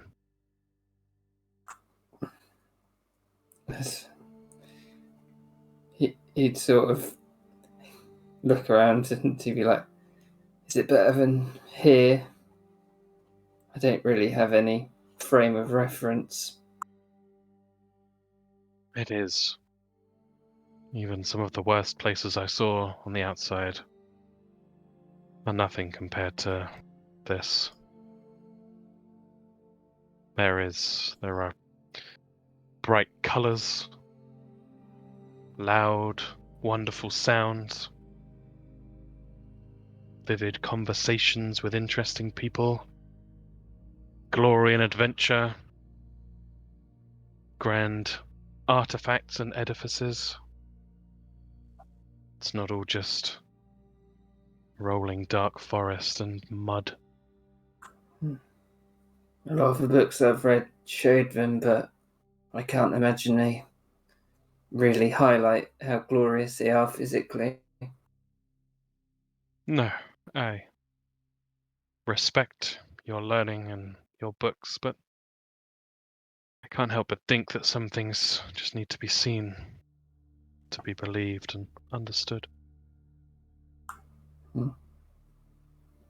He'd kind of look up at the sky, and he'd look down, and look back out,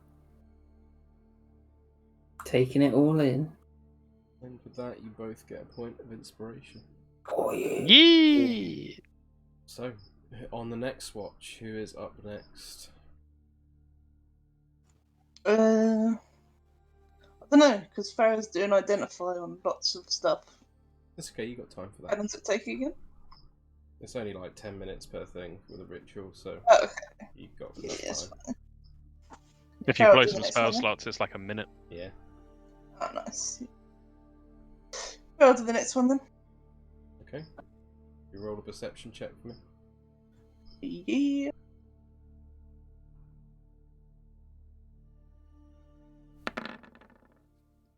26. Nice. The night is quiet, much like I said with Cow, and you can hear the wind blowing all the way down from the mountains far to the north. in the mountains in the south as well. Like a cold wind that blows throughout the forest, much like when you have two doors open in the middle of winter, and you feel like almost one is ready to slam on the other one, but it never quite does. It's strangely nice. It rushes through your hair. It tickles the top of your ears. Your small horns on top of your head. You can feel it. Your hair just catching against them as the wind blows through. And you just sort of close your eyes and breathe it in. And this valley may be dark and corrupted and full of death, but you think back to the moment on the bridge just after you'd left the village of Barovia, after you'd celebrated midwinter. You think back to the hole digging contest that you won. You think back to Osdred and Nigel digging in the dirt, and you think of Pitch playing a beautiful tune on his violin. And then, in your memory, two of them are gone. Two chains upon the oath broken. And now, you think, at next midwinter, when you have a rematch, it'll only be you and Nigel. And it makes you sad. But you're keen and aware, and the watch passes without incident. And who is taking the last watch? Is it Nigel, I believe? I thought Nigel took one earlier. Yeah, Really? no, Nigel hasn't done one yet. Okay, so Nigel, if you'd like to take one, if anyone wants to help Nigel, they can. I can help. I can take two. It's true, you can. Okay, so Nigel, roll a perception check for me with advantage. Yep. Perception. God. Nigel, Not you're bothered. distracted. The vision Well. or dream or whatever you want to call it makes you feel awful, and just your mind is constantly distracted, thinking back to the face of the child, and you just think back to sitting within a clear image within your head. You sit back in a velvet red chair, and you feel at home in front of a warm hearth, and your wife, she leans round the back of the chair as you cradle this small girl in your arms. She must be less than a year. And your wife kisses you on the cheek. She doesn't say anything, but the memory is vivid now, and it really bothers you. It continually bothers you throughout your watch. Nigel, do a deception check for me. And Farrah, can you please do an insight check for me?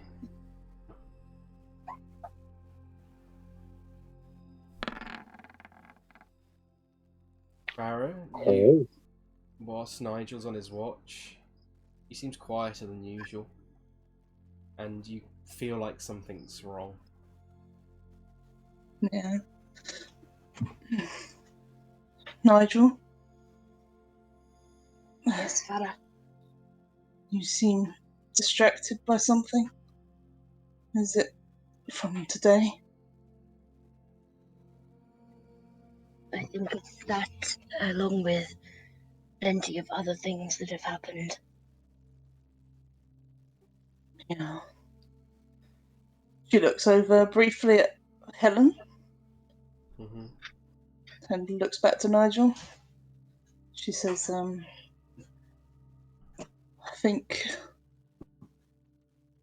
don't know what's happened to Helen, but she hasn't been herself since. I worry, Nigel, that we could be the last. We could be the last of the Iron Oath. Yes. But we will have to rebuild the Iron Oath where we can.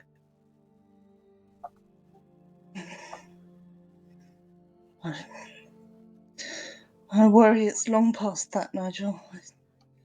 I just...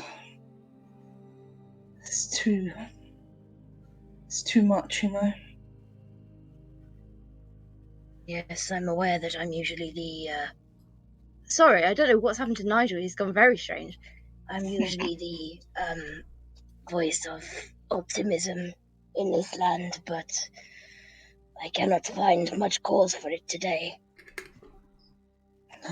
That's understandable, Nigel, and I don't mean to worry you even further. Farrah, you must always tell me if something is worrying you. We share our problems in the Iron Oath. You're right, Nigel. Do you worry about something yourself? Always. I had a strange experience earlier, and I worry that everything I think I know of my life before now, I don't know if it's real. What strange experience, Nigel? What do you mean? I went to talk to Pitch. I know he's gone, but it makes me feel better to relay things to him, and that it helps me think of things through the way he would think of things. But I had a very strange dream whilst I was there. That's not strange, Nigel. That's perfectly reasonable, I'd say. What strange... Were you asleep? What strange dream? Was he asleep? You're not even sure, Nigel. It's like you blinked out of reality for a moment, you felt like, and then you kind of regained consciousness suddenly. You had no intention of going to sleep, but almost for a moment your eyes seemed to grow heavy, and then blink, you were somewhere else. Oh, I had a similar experience when I was sitting in the garden on my lunch break today. I don't even know if it was a dream or not, if I was asleep or if it was some kind of strange vision, but I was back in a place I would never wish to re-enter willingly, and I met people there that I thought I knew, but now I don't know if I even remember. Farrah sort of frowns a bit, and she sort of goes to put her arm around his shoulder, but sort of goes into, because he's pretty tall, so she just opts to, what's the word? Loop arms, I guess. Oh. Yeah.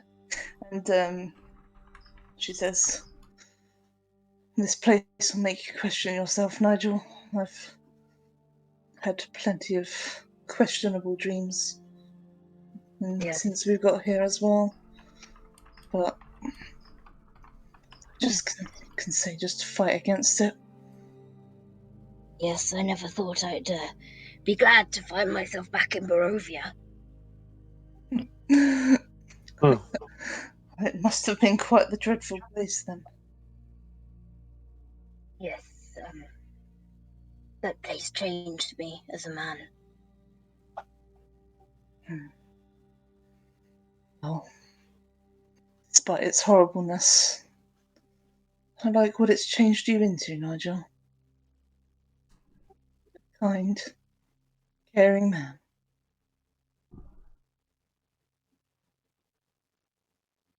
I've lost so many things, I don't know if I can bear to lose something else. And we, as the Iron Oath, will aim to not lose any more. No. And perhaps we can find ourselves another blacksmith who can add chains to the oath. Indeed. Yes. Are you referring to Cal and Meadhan? Yes, perhaps they can manage to conjure some link between them. I don't know if they have. Meadhan, I think, has proven himself, but I don't know about Cal yet. Cal is still new, but it's nice to know that you approve already, Nigel, because Meadhan certainly has proved himself in my eyes. Yes, he has proven himself a more than worthy member of the Iron Oath. Yeah, Farrah just smiles and pulls her chain up. Nigel will pull hers up as well and sort of like clink them together like you do with wine glasses. Oh, yeah. And with that, you both get a point of inspiration. Thank you. So, as your watch comes to the end, and did each of you rest throughout the night, you all gain the benefits of a long rest. Yay. Nice. And look, I'm gonna get all my spell slots. Oh. Well, you got spell slots now. Oh yeah, I have. True. Is it? It was cure wounds that I can Cure cast now, wounds isn't it? 3 times a day, yeah. Yeah. Do I need to? I will add something to your inventory, Anja. I Ooh. will. Let me Ooh. add it to my notes to do. Thank you. Make Steph's ring and give Nigel cure wounds thingy. There we go. Okay, so what time would you guys wake up in the morning? Would it be quite early, around 6-ish? Yeah, probably. Okay. Move the day forward. It is currently the 20th of Alturiak. And you've been in Barovia for quite some time now. Or if you're Cal's or Ilkas's position, much longer. However, in the morning you begin to push out further. 1 hour goes by. 2, 3, 4, and eventually 5 hours, taking you to almost midday at 11 o'clock. Following Ilkas's directions, though, you make quick work of it. And you see, high above the river valley, juts a quiet promontory upon which looms a sepulchral mansion. Its turrets capped with fairy tale cones. Its towers lined with sculpted battlements. A third of the structure has collapsed, as has part of the roof, but the rest appears intact. A dark, octagonal tower rises above the surrounding architecture. Out of the fog comes a distant peal of thunder, quickly accompanied by the howling of wolves in the woods below. But the house itself stands silent, seeming like the fossilized remains of some long dead thing smote upon the mountainside.